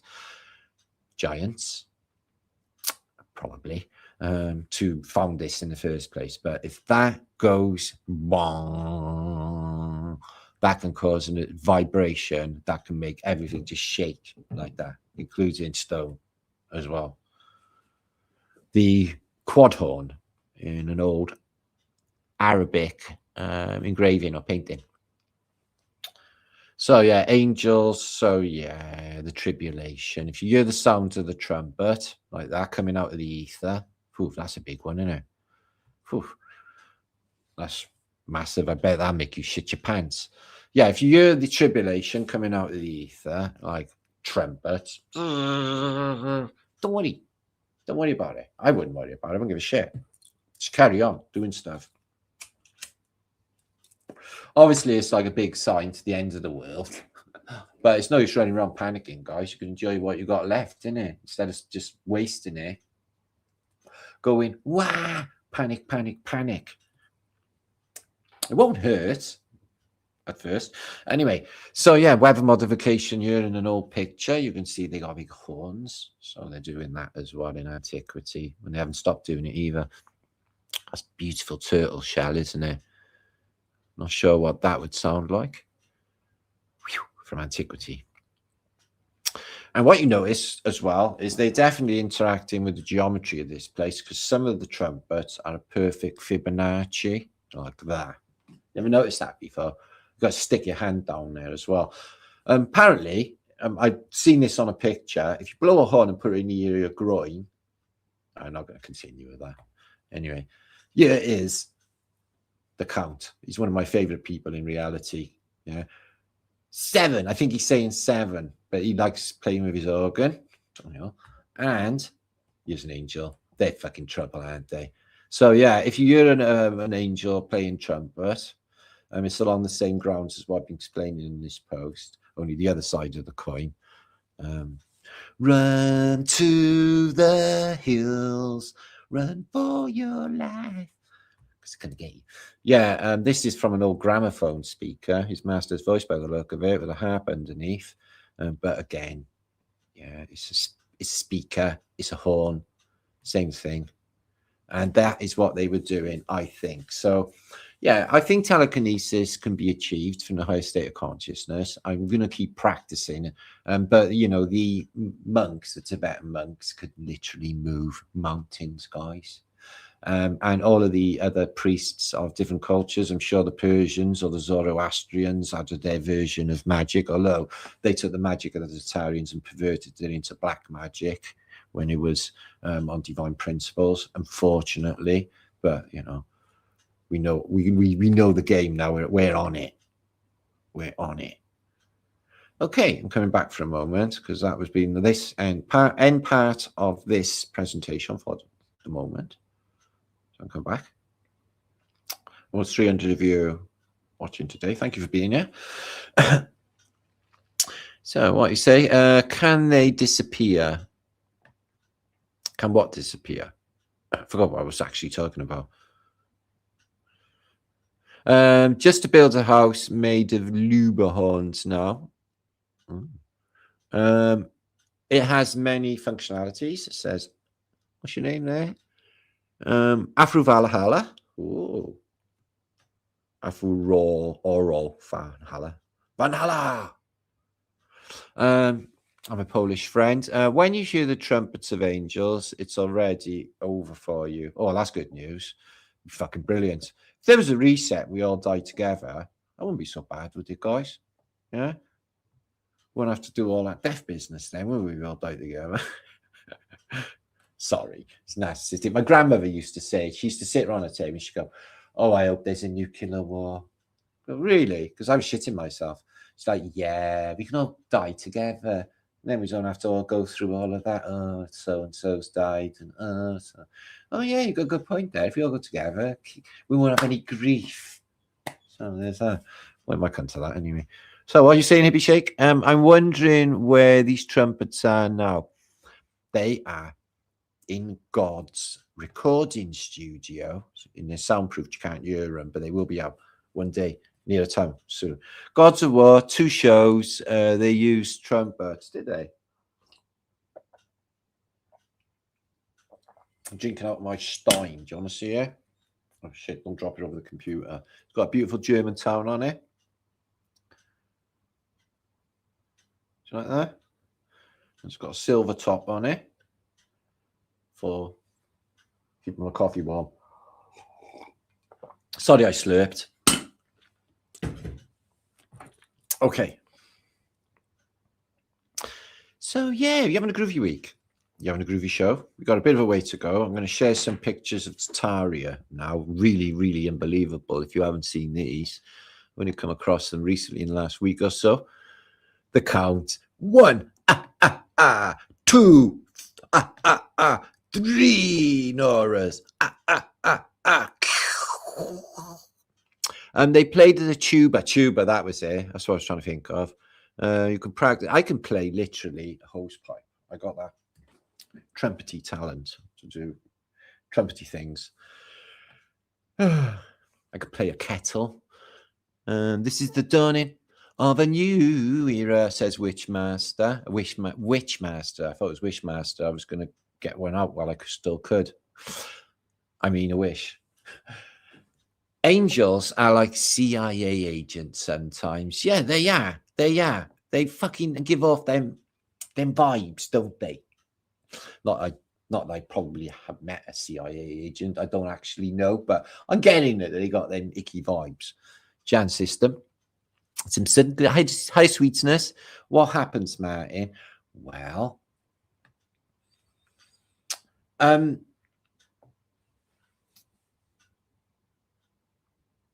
tidal wave. That's one bit of it. And plasma as well. Earthquakes, all of it really. But we shouldn't have to worry about that anyway. I look out the window and I see trees, rocks, crisis. What crisis? Now, let me just echo Alva Billy, yeah? So the world will always be here. It was here before you arrived. It's going to be when you've gone as well. It is going through a reset, and there's all weirdness going on because of AI and our new bosses, which are no fun whatsoever. But the last bosses weren't much fun either. So they're supposed to be rolling out digital ID, but they got that anyway, haven't they? I've had my passport for years. Got to do facial recognition and all that weirdness to go in airports. But the fucking alarms all go off, whether or not anyway. Fucking passport or not. What's that? That was a Muppet. What was that? Muppet. So, Muppet of the groin question. Oh dear. Okay. After I can't pronounce that, but happy Flaterday to you, sweetness and light. Valhalla, data centers. Yeah. Listen, we all know the way it's going, but I tell you what, nothing ever goes out the way they think anyway, because I have no imagination. They can't think this way out of a paper bag.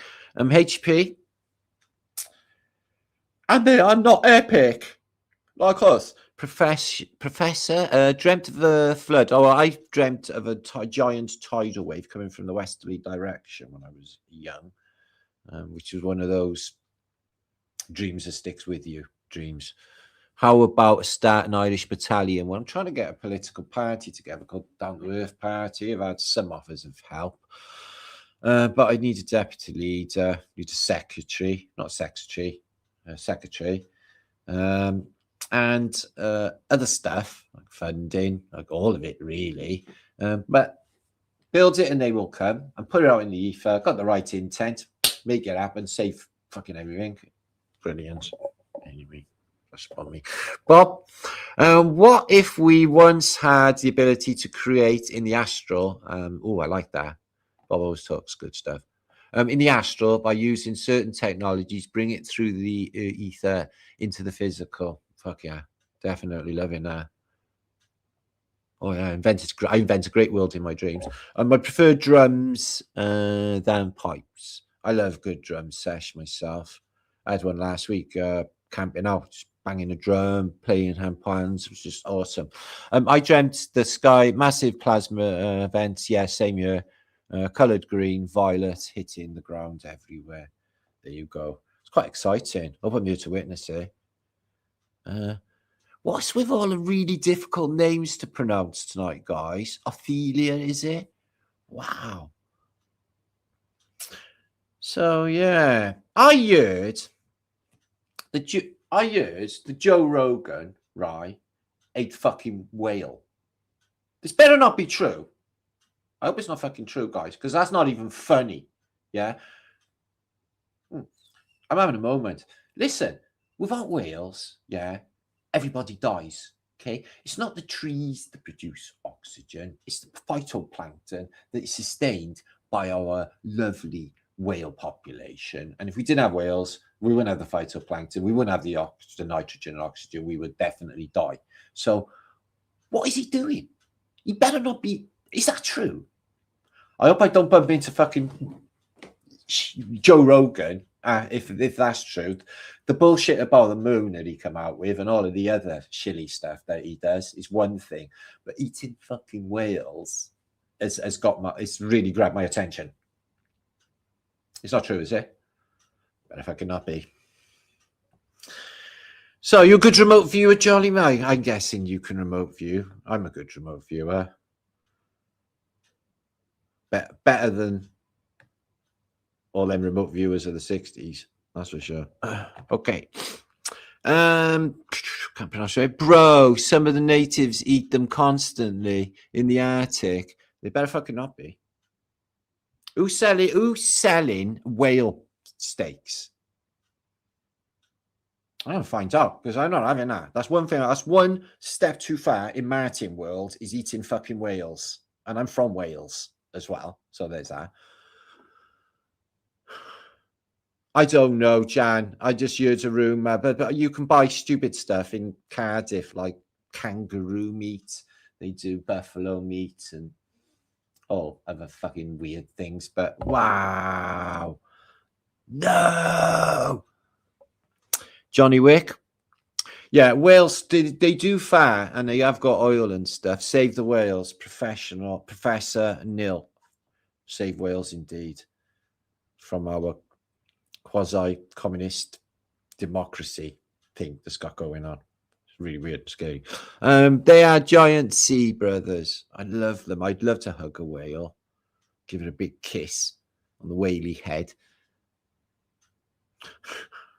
I know, I've like literally affected myself now. I'm going to have to go back into content, guys. So what we're going to look at now is really groovy images, these are. So these are Tartarian images of the 1800s of the, excuse me, of, oh no, excuse me.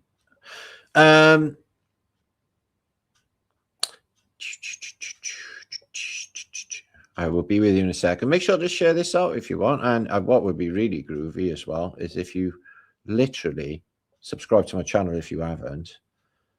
Because are you going to see any more content? And this is where it's at, you. Okay. Perfect. So, yeah, got some images here of Albany, which is the capital of the of New York State. I don't know, most people would think New York or something like that, wouldn't they? But no, Albany, nice name, because I've got Albany Road in Cardiff in Roath. Albany is an amazing Tartarian city. I had my head blown off. The first time I saw it, I was like, whoa, how beautiful is this?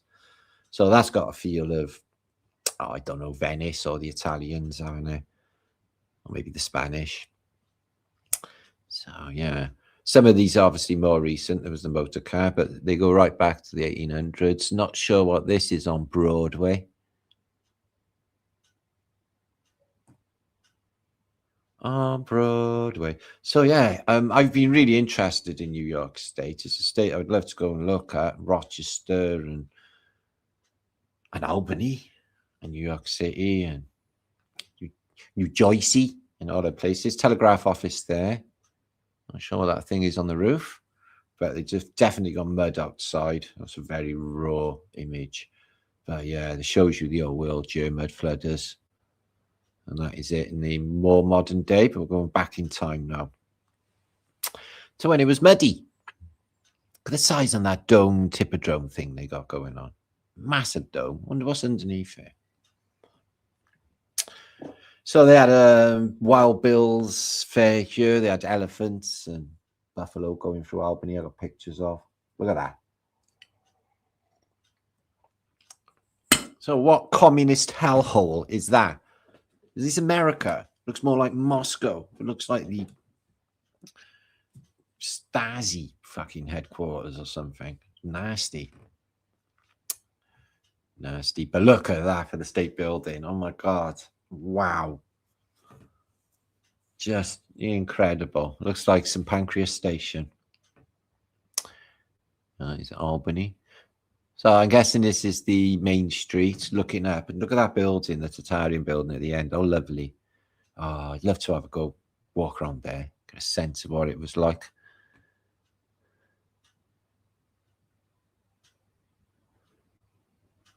So, yeah, Albany has got some big chunky buildings. Look at this one, though. I'm not sure how old this thing is. Look at this. Let me just mark up a bit here. So it's the State Bank. It's got a portal in it, the Phoenician thing. It's a bit dirty. Again with the Phoenician thing. And definitely it's got a mud flood cellar. Don't know what them two are. So that's the State Bank. Very ornamental. It all looks mud flooded, don't it? Look. These windows. Granity bottoms, flood protection. Temple frontage. Sure. So old world. There's a lot about giants as well in Upper New York State, isn't there? On the newspapers, they found a lot of giant bones there. Population of giants. So, mud flood much? Whew. It looks like a different stone on the top bit than the bottom bit. It looks like two different buildings. Maybe it's just the light. It's difficult to say. The trees are brand new, though. It's like a Greco-Romano building there. Oh, there's another one of that. Whew. Wow. Okay, they built this massive thing. These things are all over in America. You know what the cubic area of that building is? Hundreds of thousands of square meters. So in the background, you can see the state building. Now, they say there's a photograph coming up, and they say the building of it, and you see an empty field. And then a couple of years after, you see the state building, and it looks 100 years old. So, how so? Wow, look at that old world picture. Domes of the old world. The domes there, look again. Light shining through it. Beautiful. Not many people are on that. Excuse me. Big dome. Look at the dirt on this state building. How long has it been there? Again, dome, Phoenician, bloody Greco-Romano decoration. Look at the size of this thing. What they got for a road? Not much of a road, is it? It's just shit. They got a sidewalk and this massive thing. Wow. It's a whopper.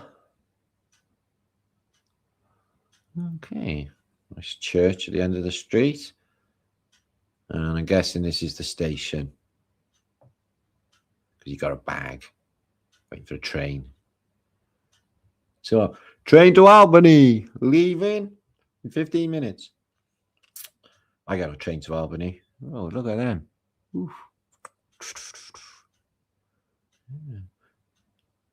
Ebony and Albany live together. Oh, look at this. Oh, them poor fuckers. Gee, how do they keep their electric bill going? Phew, beyond me. So, yeah, they say this is the site for what they say was that big Greco-Romano building earlier that's covered in dirt. The site for the building of Albany on New York State Building, which is in Albany. I've got a collection of state building photographs. They're just massive, all of them. Oh, looks like England, except for that big building there. Looks like Bath or something here. Wow. Look at the size of that, guys. Look how far down it goes. Wow. There's a bus stop there as well. And then you got an abundance of these old Tartarian buildings, look, in Albany. Wow.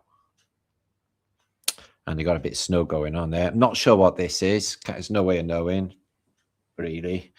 Electrical, substation. Who even knows? But it's a rotunda building. No road, just mud. Shitty path to it. Crazy they're building our world in a shitty pathy road. Delivered all our stone on them little horses and carts. Yeah, whatever. Never got a clock, but they still put the circle in. They keep doing that. 3 crosses. One wasn't enough, was it? Oh, God. Door big enough? Phew. Door big enough?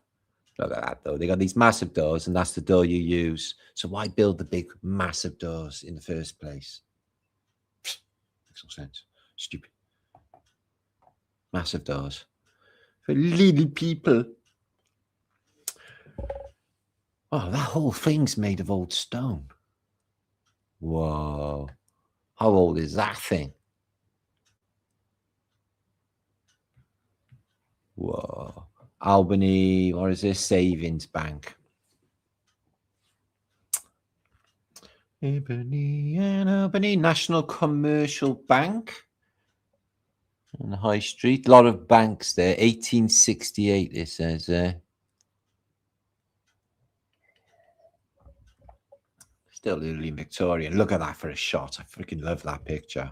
A big old, you can see all your world there and all of the stuff later. It's just big and Tartarian. Probably dropped in place by an air balloon. And that thing there, look at that. Why so few windows at the bottom and more at the top? But yeah, that's I love that photo. That's a really good photo, that is. So I'm not actually sure if the city has been destroyed in fire. I do not think so. That can't be right. Look at Albany.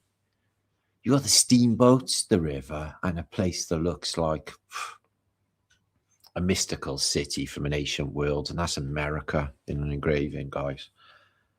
Isn't that beautiful? I can only imagine the fake narrative they give us for America. Look at that stuff. My money's, if somebody said to me, where do you think that is? And I didn't know it was Albany, my money would be on Hamburg in Germany. I would say, oh, Hamburg. Because it looks like Hamburg. Oh.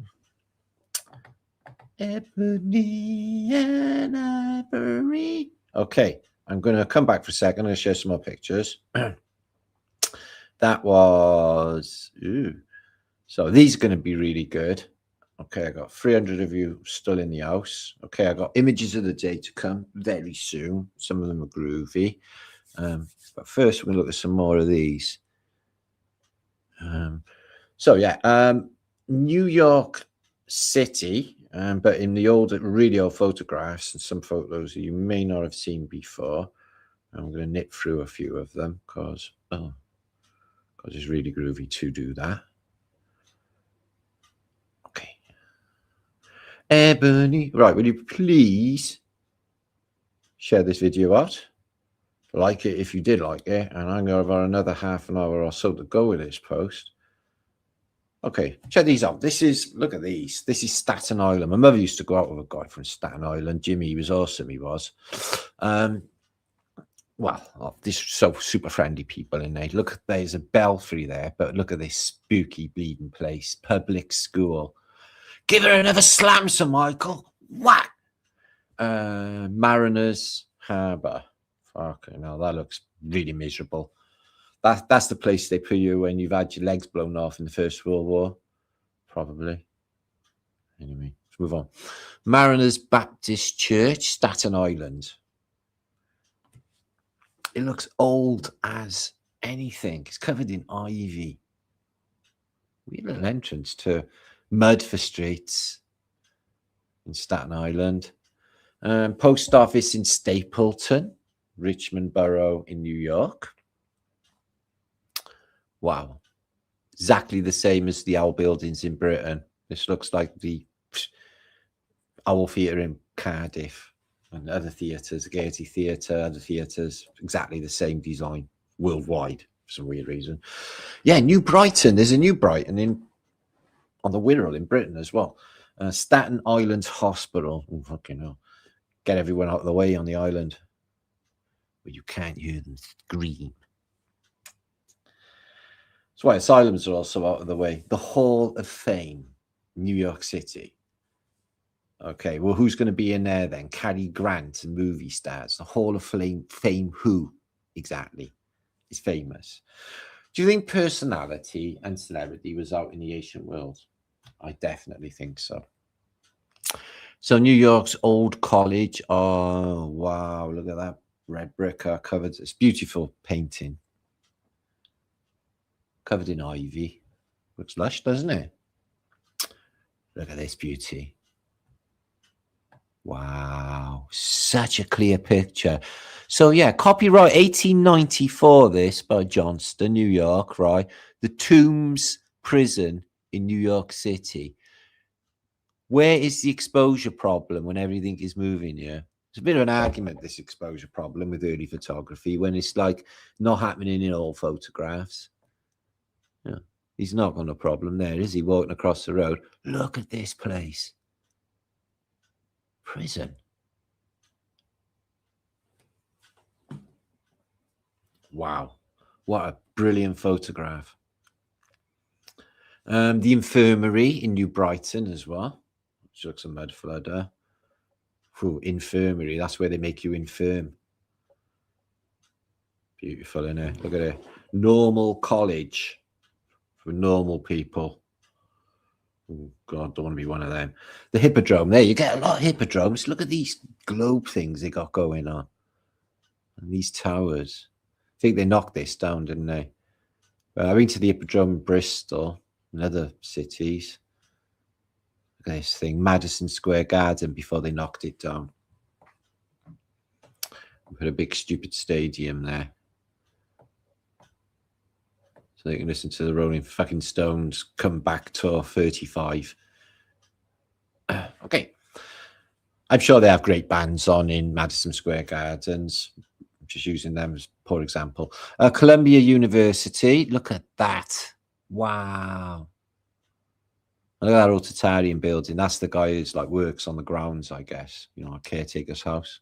Fucking hell, be a good job. And the Armory. Says 1355. I thought that's a date, though. National Armory. I wonder who put all the water, you know, all of these for fire hydrants. They must have dug all of that high-pressure water system under the cities before the sidewalks. Jesus. I mean, thousands and thousands of miles. Yeah, so this is not a castle, is it? In Buffalo. That's beautiful. Old world card thing. Another castle is an observatory in Central Park. These rocks you see are all over New York. It's built on these rocks, old, apparently. Rock formations, New York cleaning house. Wow, look at that. Beautiful. The new courthouse in New York. No people around, though. Again, it looks mud floody. Looks like Buckingham Palace. And that's in Brooklyn. And this is the College of the City of New York. You got to be joking. Wow. That doesn't even look like America. That looks like fucking Glasgow.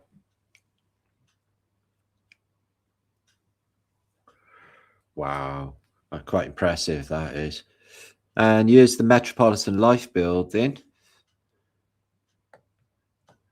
Really big skyscraper. That with the Singer building, the Woolworth building, the biggest in New York City, as you may or may not know. College of the City of New York. Wow. See these igneous rocks? Apparently these rocks from, I don't know, ancient times, they built on top of, they're all over the island of Manhattan. Apparently you can see prehistoric evidence in them, fossils and shit. So St. Raymond's Catholic Church in New York City. Yeah, that's so Catholic. Nice thematic windows though. Pretty little thing. And that one looks just like the one we've seen in Albany, because it is. And it hasn't even, yeah, it says down the bottom Albany. Here's one we know. We just learned about you earlier. First Baptist Church, Broadway. Wow, look at that. This is not the Broadway. Yeah. Wow. On Broadway. Check the window. What bloody country is this from? Looks Arabic or something, but look at that window. Whew. Covered in ivy. How old is this? Wow, that's impressive. I can't believe that was on Broadway. Wow. That's changed. St. John's Baptist Church in Brooklyn. Wow. It's not much feature on the outside. It's not like the inside. And another fort, Regiment Armory in New York, which is essentially a castle. Wow. Isn't it? It's like Windsor Castle. And another castle, which is the Brooklyn Armory. You keep all your guns and cannons. And this is the 7th Regiment Armory. Jesus Christ. Got enough guns. Oh, it's America. Look at that building there covered in ivy. Oh, I wish all buildings were covered in ivy. And this is the newspaper row in City Hall. Oh, fucking troublemakers. They are in the media. Armory again in Franklin Avenue in the Bronx. Wow, look at that. Visit the Big Bronx Food Show here on the 7th of October, 1919. Wow. Look at the size of that. Old world building. The Bronx is full of old world buildings, mud flooders. You've got to be joking. Is that in New York? Does that exist now? St. John's a Divine. Holy shit. Quite impressive there, isn't it? One more set of photographs, and I'm going to go into, which are quite groovy, I think. I'm going to go into here. Can you see them? Okay. Okay. What we're looking at here is, if you can see them, I'm not sure you can actually.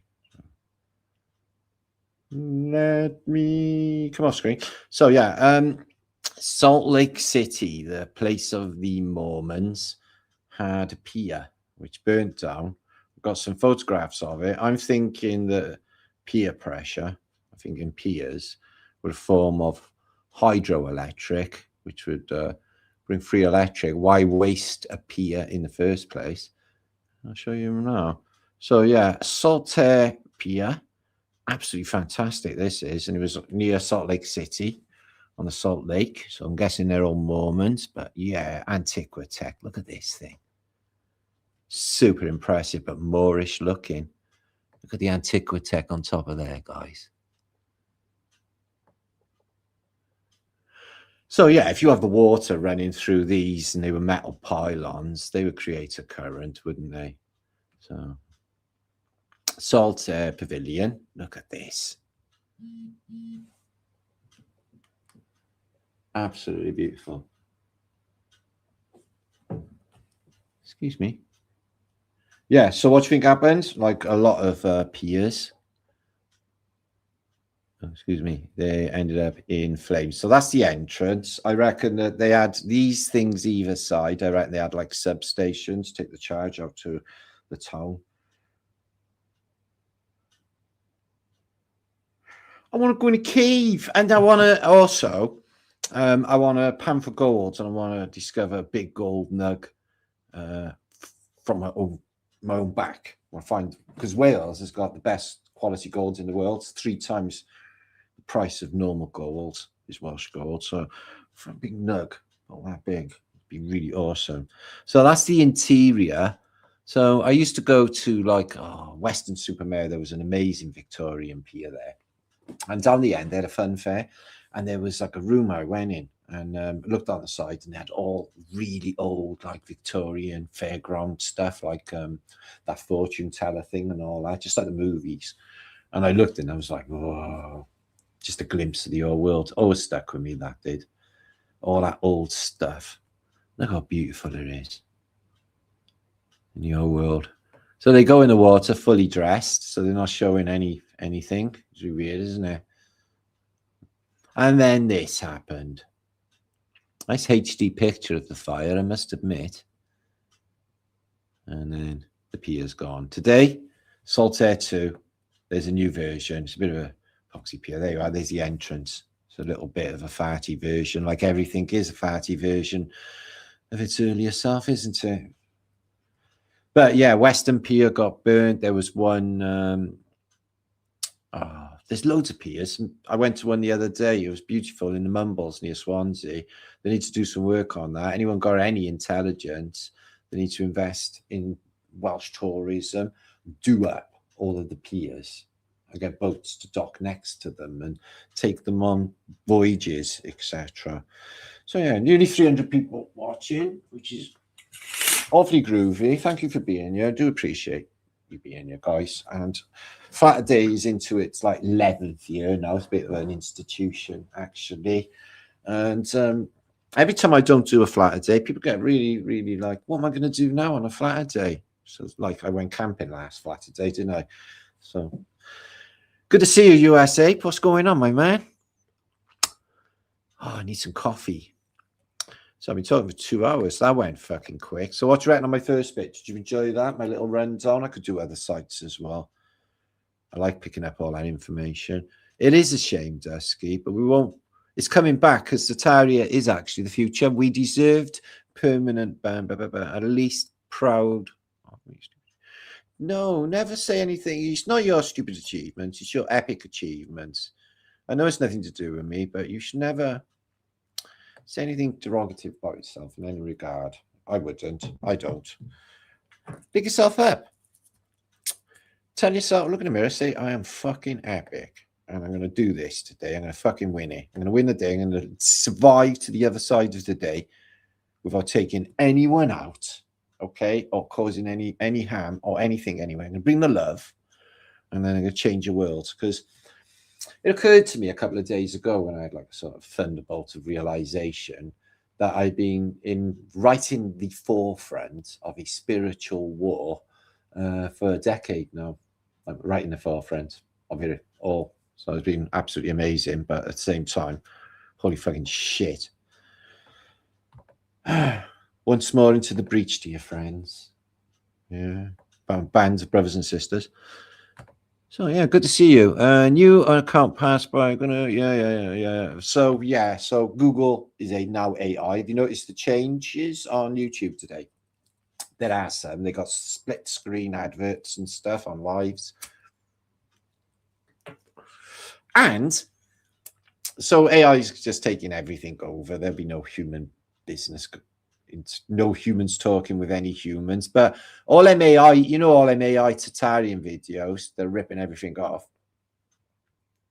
People are getting, I've been watching them, they're in decline. People are already sick of them because it's like, they're like, God, this is so fucking brainwashing, this drony fucking voice going on, which it is.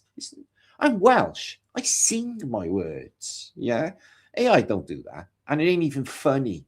Well, maybe it's a little bit funny, but not as funny as me. Okay. So anyway, I think it's in decline. I think people are getting, I just can see right through all of that business. Anyway, let's get on with Flaterday images, shall we? Okay.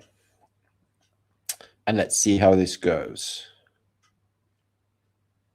Yeah, what we're looking at here is some experiments from a bygone era of reanimating using electricity parts of humanity. So if you turn this handle, it acts like a dynamo. It creates a charge. Spark, spark, spark. What can you bring back? Frogs' legs?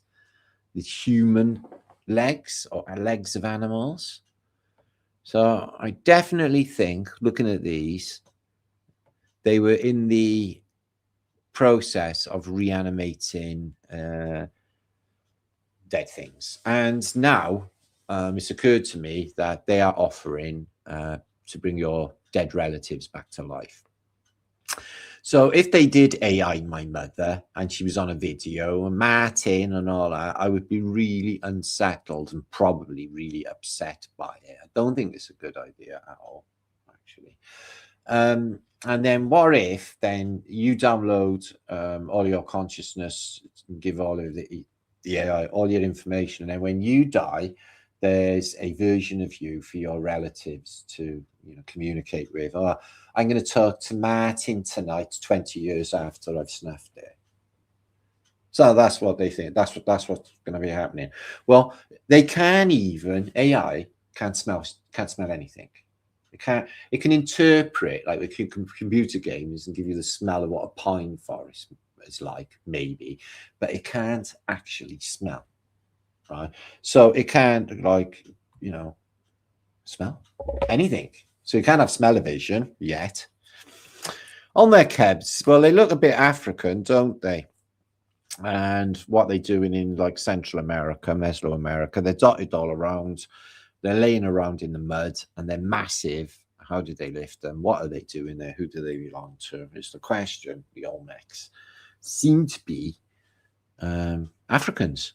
But they got the same ear thing going on as the ones in Easter Islands, I've noticed. Similar headwear too, except the face is not the same. So yeah, royal batons. So yeah, I don't know what's going to happen with Britain. It's nice to see them all standing up today, and doing all of that, whatever. Not about me, but I was wondering if all of what was going on in Britain was done deliberately, okay, like part of a plan to give British people a bit of backbone, like the way they used to be in World War II and World War One. Because since days recently, been pussification of the nation, hasn't it? And nobody can be bothered even, fucking hell, highlight of the day is going on a kebab house. A lot of people in Britain are fat sweats. So they're going to, I think it's like they're trying to sort them out and get them off their ass so they actually stand up for themselves. It might be an experiment along those lines, I'm thinking. Because definitely people need a good shake, don't they? Yeah. So, well, we're going to see what's going on because Britain is in a sad, sorry state. But like I said, like Alva Billy said, open the window, birds are tweeting, who gives a fuck. What we're looking at here is a baton that you give to royals. And I think that they were electromagnetic technology. Like field marshals get a baton. And then they have that race, the relay, and then you pass the baton, the charge to the next person. And then they run with it. I think that's where they're telling us. So a nice fountain in the exposition I've shared today on my community page because they are very beautiful images.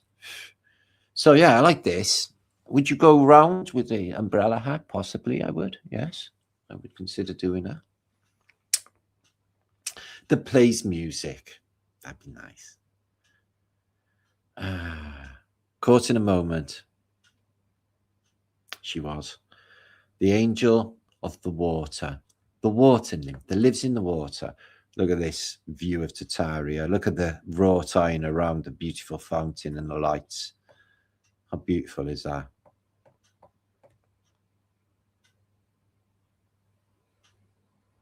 And that is in Frankfurt, in Germany. Frankenfurten. I bet everything smells nice. Spotless in the Germans. Oh, they clean their streets at night and everything. Well, it was. They went to shit in handbag as well, like Britain. Look at that. The organ interacting with the water. Wow. That kid must be thinking, this feels really good. All that charged ionized water, negative ions. The music definitely playing a role. Wow. How beautiful. Beautiful bandstand and garden outside of the pavilion of the Great Exposition. And inside the exposition suite in the Crystal Palace, or the Crystal Palace itself, these beautiful fountains, floors of stuff. So yeah, I think fountains are where it's at. Do feel good, especially in summer days when you're walking past, it's boiling. You get the spray off the fountain. Sure makes you feel really lovely, especially if it's charged, you know, like spring water from underground natural. Not that treated muck that they give us. Wow, so beautiful, man. Love to have walked around an exposition in its heyday. Wonder who paid for it all. You cannot suffer the past or the future because they don't exist. What you are suffering in is the memory and your imagination. So I think that is absolutely fantastic, actually, because a lot of people are stuck in the past, just victimizing themselves, dead dogging everybody, and can't move on, live in the moment. And it's because they're suffering because they're living in the past. We've all had bad shit happen to us, guys, believe me, right? And there's no point just living that as your mantra and as your life pattern and passing that negative things. To move on and use it as a tool, learn by it, and use that as a tool to help others. So yeah, this top spot, he's like he's skint, isn't he? He's got this animal fur ermine, and he's got all of them jewels on his crown, just worth about $1 squillion, when everyone in Britain's like totally fucking skint. And he's laying down the law about, like, because they said, like, oh, we're having digital ID, and all Britain went, you know, playing that and said, no, hey, nonny, no. So they backtracked, and now he's come along and said, oh, no, we're doing it now. Just like, we're going to be like China. You're going to love it. Fucking great. So here's another pier here. Love a good pier. So I used to, when I was a kid, my uncle used to take me on this pier. I can't remember exactly where it was, but it had all boards missing and death below. Still took me out on that, you know, that ruined pier, wherever it was. Camera obscura there, guys. Show the world in a mirror, upside down, a photographic image, HD, like far away. So yeah, this is a plane in the past, and they literally had like lovely seats to relax, no stupid stuff, and you could watch an indoor movie in the plane in the old days. So, yeah, I bet it was really safe as well, but they hardly ever crashed. Cricket is not my game, but it would be if these three were on the beach. So yeah, back in the day, having a game of cricket on a British beach. Is there anything more British than wickets and balls and bats and cricket? Happy days. So yeah, I went down here like about a month ago, and I remember thinking to myself, oh, well, that's fucking terrible, isn't it? It's all just rotted and fallen into the river, and it's all just shit. All of the cliffs are covered in vandalism, and it all looks really rubbish. Where then people are standing right now. But 120 years ago, under the Avon Bridge, the ships have come up the Avon, dock in Bristol. We've done this, like, used to go to my father's ship all the time in Bristol, and stand a lot further up than you actually. But that tunnel, is it still there? I don't remember going through that tunnel. Oh, for the train. Yeah, for the train. Yeah, all right, not the road. Yeah, that road goes right the way through, and the train takes you all the way to the southern counties. So yeah, it's horrible now compared to the modern day. This photo is beautiful compared to the modern day. It's terrible now. Everything's gone to shit. So I used to do this when I was a kid. We used to sit on a seawall, which is not there, that one anymore, because they've knocked all the docks down. Butetown, Tiger Bay, when I was a kid. I used to sit there, and we used to wait for my old man's ship to come. And he used to come, and he used to blow his horn, and then go off into the docks, and my mother would be rubbing her hands. I'm going to take all the money off you, Carl.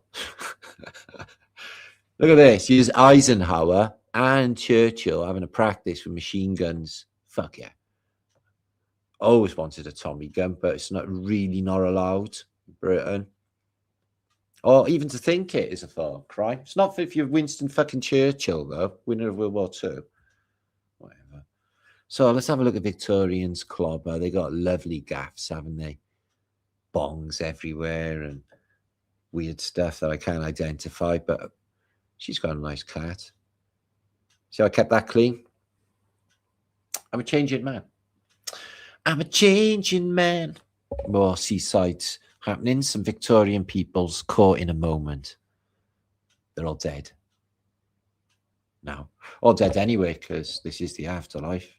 Doing an impersonation. So yeah, donkeys. I love donkeys so much. I noticed my friend Elisa, she posted donkeys this morning on Facebook, and I remember feeling a very special feeling about donkeys. So yeah, Porthcawl Beach has banned donkeys last week. Apparently, they want to change the old way of doing things to a more friendly, no donkeys on the beach. So we're going into a new phase of seaside enjoyment. So like no enjoyment, no donkey rides. Fucking love them. I'd love a donkey if I had like somewhere to have a donkey and live donkey. Somebody posted, right? Oh, here's a couple on the deck of the Titanic. No, it fucking ain't. How did the photograph survive? It sunk.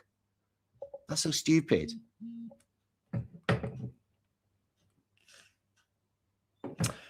So that is 8 o'clock in the morning or something on Westminster Bridge in the Victorian era. Look at that hustle and bustle that is going on there. You are likely thinking. Shut up. AI's like just started talking to me and I didn't even say anything to it on my phone, guys. It's like you're likely thinking, what? You don't know what I'm thinking. AI. Yeah, I'd love to time travel there. Wow, that'd be fantastic.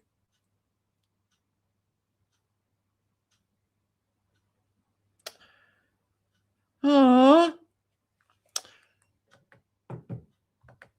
So yeah, let's move on. And another London shot here. Beautiful, this one. Everyone's looking up. Well, some people are looking up. The camera there. So either this guy's a giant taking a photograph or he's on top. I don't know where he could be, actually, because he's in the middle of the road. So he's not on a building, per se. Statues there, so there must be a monument next to it. You know, the copper's looking up. He's looking up. Yeah, there must be 10,000 people in that street. All that commerce and everything happening in the old world. This is the capital of the world for the longest time. Still is, really, in a financial sense. Looking up towards Fleet Street, you can see some poles in the background. This railway bridge has been removed in the modern day. And this is Piccadilly Circus. Wow. That restaurant there, they serve the best steaks you can ever imagine. Steak a filet. How do I know? Because I time traveled there in my Brian, and they got the best steak you can ever imagine. This is Oxford Circus. There's a few people about. It looks like a wet day, and there's not too many people ghosting. We've been having an exposure problem. No, Oxford Circus hasn't changed too much. Contrails or chemtrails, 1940s, 1941, over St. Paul's Cathedral. Been doing it a while, haven't they? Trafalgar Square. Let's have a look. I reckon there's something in there, you know. Probably bones. They love all that weird shit, putting evil energy in there. This is, right? This is the mouth of the beast. This is Babylon Central Parliament, yeah? On that bridge, now in a modern day, it would be full of Romanian gypsy scammers and pickpockets, which are usually Romanian scammers as well. Like everywhere is not safe now in London in the modern day. It's just so much crime going on, and it's just really, really bad. In the mouth of the beast. No, I can't believe that they can't clean that shit up. People have got to go and do it. Like, you know, there's been some videos just lately. Now, on this bridge was many people today. They had a Patriots march in Britain. They've been keeping that down. They won't put it in the news. But there must have been 1 million people. It was, but they're all doing that. I don't want to talk about it, actually, because it's part of their nasty-ass psyop and everyone's falling into. Early OnlyFans, maybe. I don't know. She's having a selfie in the mirror. She got some good stuff in the Victorian era. What about this? The brain cross-section. Pineal gland is the eye of Horus. Yeah. The Holy Grail. So many holes in the human skull. It means it's the holiest. The holiest of holies, where the spinal column connects with the brain, maybe. Scarab beetle looks like the human skull, maybe. And the brain looks like a Ganesh. I'll go with that for this moment. So they reckon that in the Roman era, they had a thing called a vomitarian, where they would eat as much as they possibly could and then go up and vomit it all up, and then go back in and feast some more and then vomit it all up again, the vomitarian. Does that make any sense?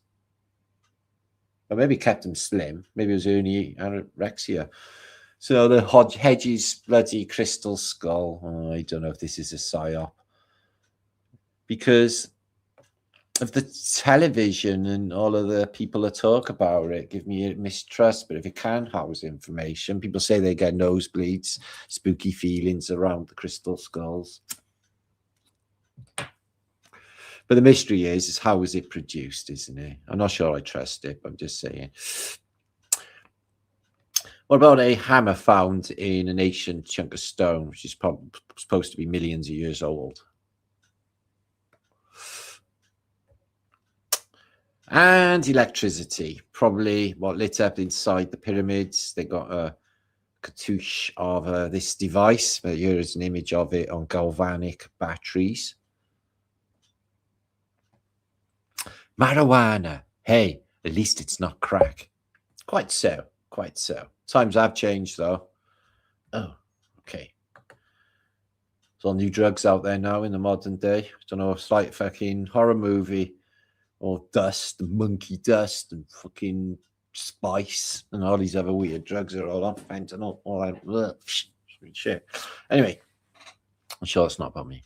Right, let me give you a few of you shouts. It's been an awesome little show tonight. Let me know what you think in comments. Do like it when you keep active. I got to make a video for another review on Spooky 2. I did make one yesterday, but I got in a bit of a kerfuddle with the program. I'm going to do it all over again tomorrow, probably. The real temple is inside. Temples. Tempula. Indeed, indeed. The body is a temple. That was the best poster ever. You know it. You know it. You know, Rachel Osborne. You know, if marijuana gives you memory loss, what does marijuana do? Stupid. Just in case, never go off for those Amber Alerts either. Listen, if it's the only time, if it's red or amber, don't go. And if it's a green, fuck that too. I'm telling me what they do. What's that, Melisande? Bulimia, yeah, that's it. Throw up on a thing. Shit, I shouldn't have done that. Okay. So, yeah, make sure to subscribe if you like my channel. I'm going to come back in a day or two. We've got plenty more posts to come and plenty more stuff to show you and plenty more thoughts in my Brian, because that's what I do. I'm a thinker. And I'm in a spiritual battle, and I love exposing their bullshit. I don't know. I could just come on here and expose all their bullshit till the cows come home. But especially when it comes to their fake historical narrative, which is really easy to debunk. Let me show these comments while they're there. You can see them? Okay, that's cool. Oh, yeah, just in case. I like that name. Eric Sims is in the house. Good to see you, my friend. Okay, what we got here? Ed, what's going on? And ooh, fucking hells, bells, and lemon smells. And we got the Gratium. The land of milk and honey is just a metaphor for DMT. Yeah, bro. If only. Okay. Ah, New Zealand. I'd love to go there, or Australia, or anywhere really. This like that. Sounds like the people in the Colosseum in Rome. Well, have a look at my post. Well, I think the Colosseum was actually a water tower. I give good evidence to support that as well on my channel in the past. Thank you for being here. Have you enjoyed my show? Yeah? Well, there's loads more to come. I could go on for hours and hours, but I am weary. And I need coffee because it is gone cold. And the music's crap, innit? I've been discovering some good new music lately, though. I've been going through all the Jethro Tull. I'm really enjoying that. I'm still a big Led Zeppelin fan.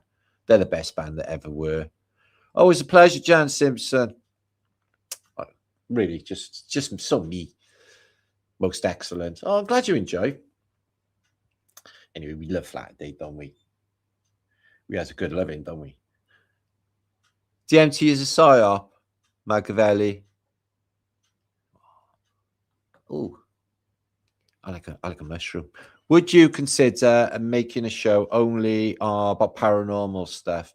Yes, I would do that, Joe. If anyone's interested, I could talk about all my paranormal experiences, my sleep paralysis, my alien implants, the one that they removed from my neck, wouldn't show me, metallic object, the ongoing MK Ultra experiment, my paralysis, sleep paralysis, which led to me being in a wheelchair for 1 year, crippled for no medical reason whatsoever. They said that my legs went into entropy because I was so hyperactive, it stopped my legs from working.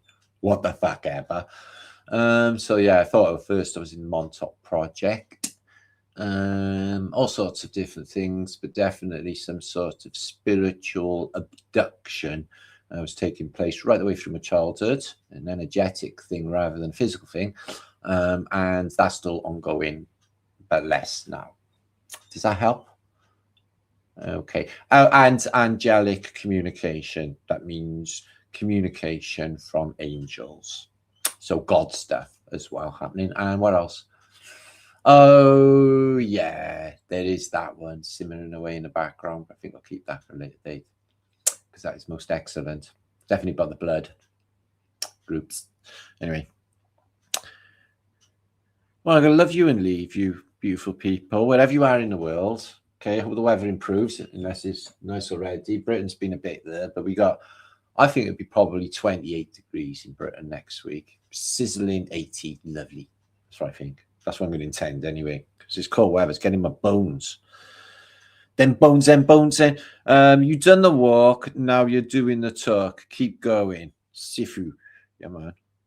I literally do that. I do walk the walk, and I do it all over the world. You're talking about blood types, Marticus in alive. No, I'm not. No, I'm not. I'm not going to start here. I'm not going to go there. Not today.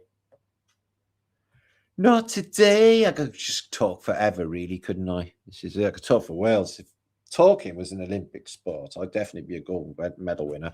We need to stabilize the warm weather. Then we can go swimming and fishing. I want to go swimming. I want to go in the water. I want to do it. Summer things. Go camping in the mountains. Sunny Appalachian Mountains would be absolutely fantastic. It's a bit far away, but I'm missing America. Get this like grievy feeling inside every time I watch an American music video. So yeah, I watched like a music video the other day, and they were on Route 66. And I had this like stomach slumpy feeling, like It was when you're there, it's all so epic, and then when you're not there anymore, it's like it's not so epic as being there. It's the best thing I ever did. Driving across America with Cheryl. Best thing I ever did, I think. 81 degrees Fahrenheit with thunderstorms in Kentucky. Oh, it's warm, is it? Oh, it would be in Kentucky. I know it's hot in Texas. Doing Tartarian stuff all the time is, I am literally, I don't do Tartarian stuff all the time. Is it logical, as Spock says? But Anita says, oh, Captain, please kiss me. Yeah, that's Frankenheim. I'm fucking down with that, bro. Yeah, I chop and change. I do like philosophy. I do I'll do a reading. I'll read one of my books. I'll do cooking. I'll do boots on the ground, go off to conventions, this, that, and the other. I do millions of things other than just echo chamber. And plus, I do like the discoveries and stuff, yeah? So there's that. Okay, Sunbeam, good to see you, my sweetness. And Isabel, who's Morgan's in the house, good to see you, my man. Hope all is awesome where you are. So, yeah, can't wait for the summer. So next month on Soulstice, we have a Truthers meetup in a castle in Scotland, in Dundee. I'm going there. There's going to be other Truthers there. Stellium 7. Mike's going to be there. Love Mike. And Space Busters, Steve Young. Awesome Steve Young. I like that guy. All these groovy people. I go in. So yeah, there's that. And I'm sure there's a load of other stuff happening as well. I just can't seem to remember, but it's all linked below in the description spot. Oh yeah, Girtdog Festival, because Glastonbury's not happening. Not that I go anyway, because it's in Shitsville, but who doesn't love a good festival? Well, there's one coming up. Girtdog, August. Oh, yeah. Guru Gathering 2026 in Spain. That's in September. That's happening. Links down below. Dave Mantle is having a bit of a sleepover. And then we're all going over to this restaurant, playing music and partaking of the Spanish culture. Wink, wink. Okay? But not the wine, because the wine is too fucking much. Never having that wine again in my life. But margaritas, tequila is definitely sent from God, isn't it? Weed. So the Appalachians, I'd love to go to the Appalachians. I really, really would. The Tartaria every day. Don't worry, listen, the future is not orange. The future is Tartaria.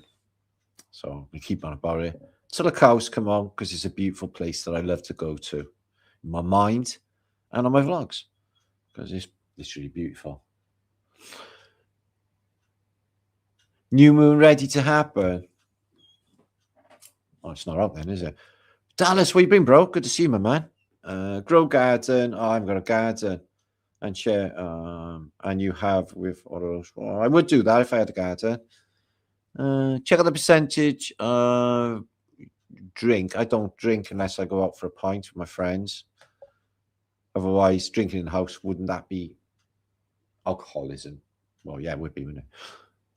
Oh no, I get pissed really easy. I'm a bit of a lightweight when it comes to booze. Me, fucking hell. I don't like to get drunk. I like to be aware. Six sauce. I don't like the feeling of not being aware and not in control of my own faculties. Fuck that shit. Like, no, it couldn't. It doesn't happen anyway. I wouldn't even allow myself to ever be in that state. Not that I could be, because I've got exceptionally high tolerance by my age. Valkenheim, yeah. Appalachians would love to have you. Indoctrination requires you drink moonshine and from dusk till dawn. Oh, fuck yeah.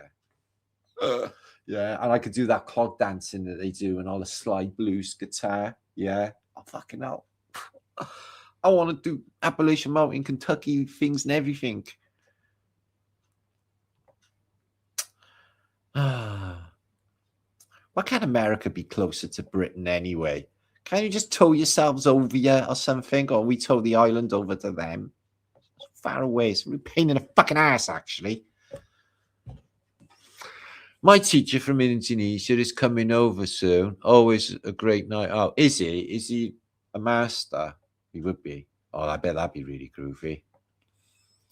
Very cool from Indonesia or Kung Fu and shit, like Grasshopper. Because they're all humble and that, aren't they, the Kung Fu experts? You wouldn't fuck with Kung Fu, you know, like David Carradine. Because when you get like super abilities, you just flick them off. You know, like fucking Neo with Smith. In the end, he was like, sure, yeah, right, I can fucking bullets don't even hurt me. Yeah, there's a so Lee is in the outside, Lee. New moon already, 4 o'clock. All right. I won't be seeing that because it's bloody grey and horrible, yeah. So that was a flatabulous Flaterday, says Alva Billy. Or fabulous Flaterday. The weather is amazing. Fucking great. Rub it in. Don't worry, we'll have our great weather one day soon. It's coming. Okay, stay epic. If you need me, martinleaker7@gmail.com. Links are all down below for all the groovy things I talked about. I'm going to be back in a day or two. This has been your Flaterday experience. Have you been happy? Have you had it like a tickly feeling in your belly? Do you know what that is? That's love. That is. That's love. You're feeling love. You may not know what it is, but I'm telling you, that's what it is. Annie? Annie, good to see you, lovely. Ooh. It's love. It's love that I'm after and a good time. That would be awesome. If you were closer, maybe you, I know, fucking hell. When I go to America, I know everyone, like in Britain as well. It's crazy. Yeah, it's so far away. Tata for now, Dreamboat. Oh, fucking hell. Put my looks in a minute. Hang on. Oh, fucking hell. Dreamboating me. Hang on. Oh. Oh, I lost it. I bet it was lovely, though, whatever it was. Oh, there you are. Oh, it's Lee. Lee said it. Okay.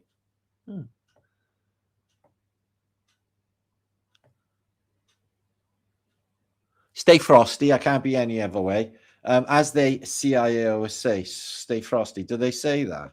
I don't know. I don't know what deeper connotation of that is. The garden is ready. I wish I had a garden. Love to be able to open my doors and step onto the garden.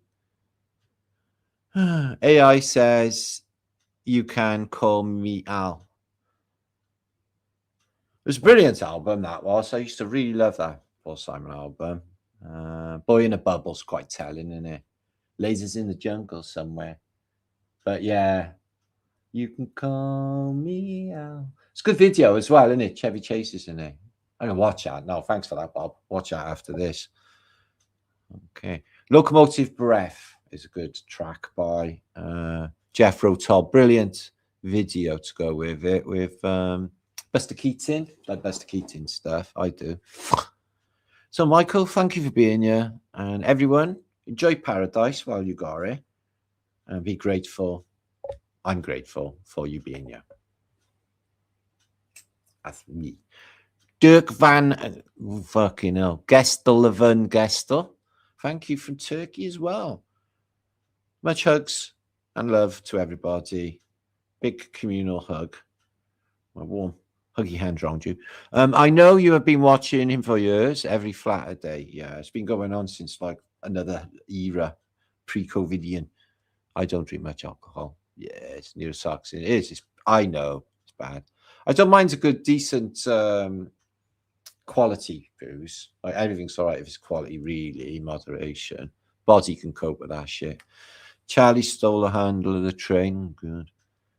So thank you for that. Yeah, Girtdog should be a blast. I love a good festival. Them small ones are the best. I'll get into too much trouble with them ones, I don't think. Okay. Everyone's just loosey-goosey. It's all them fucking official things I don't like. Security and shit. Don't like all that. Tell you what to do. Scott Pike. Oh, it's nothing worse, is there? People fucking laying the law down. I'll tell you what to do. Their weirdness. Later. Ooh. Internal visions. Peace and love to you. I will be back. Be good. Don't do anything I wouldn't do. And stay absolutely funky and epic. And groovy too. Happy Flaterday. Weekly Flat Firms. Thank you, Facebook people. And thank you, everyone on the Flat Earth British Think Tank channel. Happy Flaterday.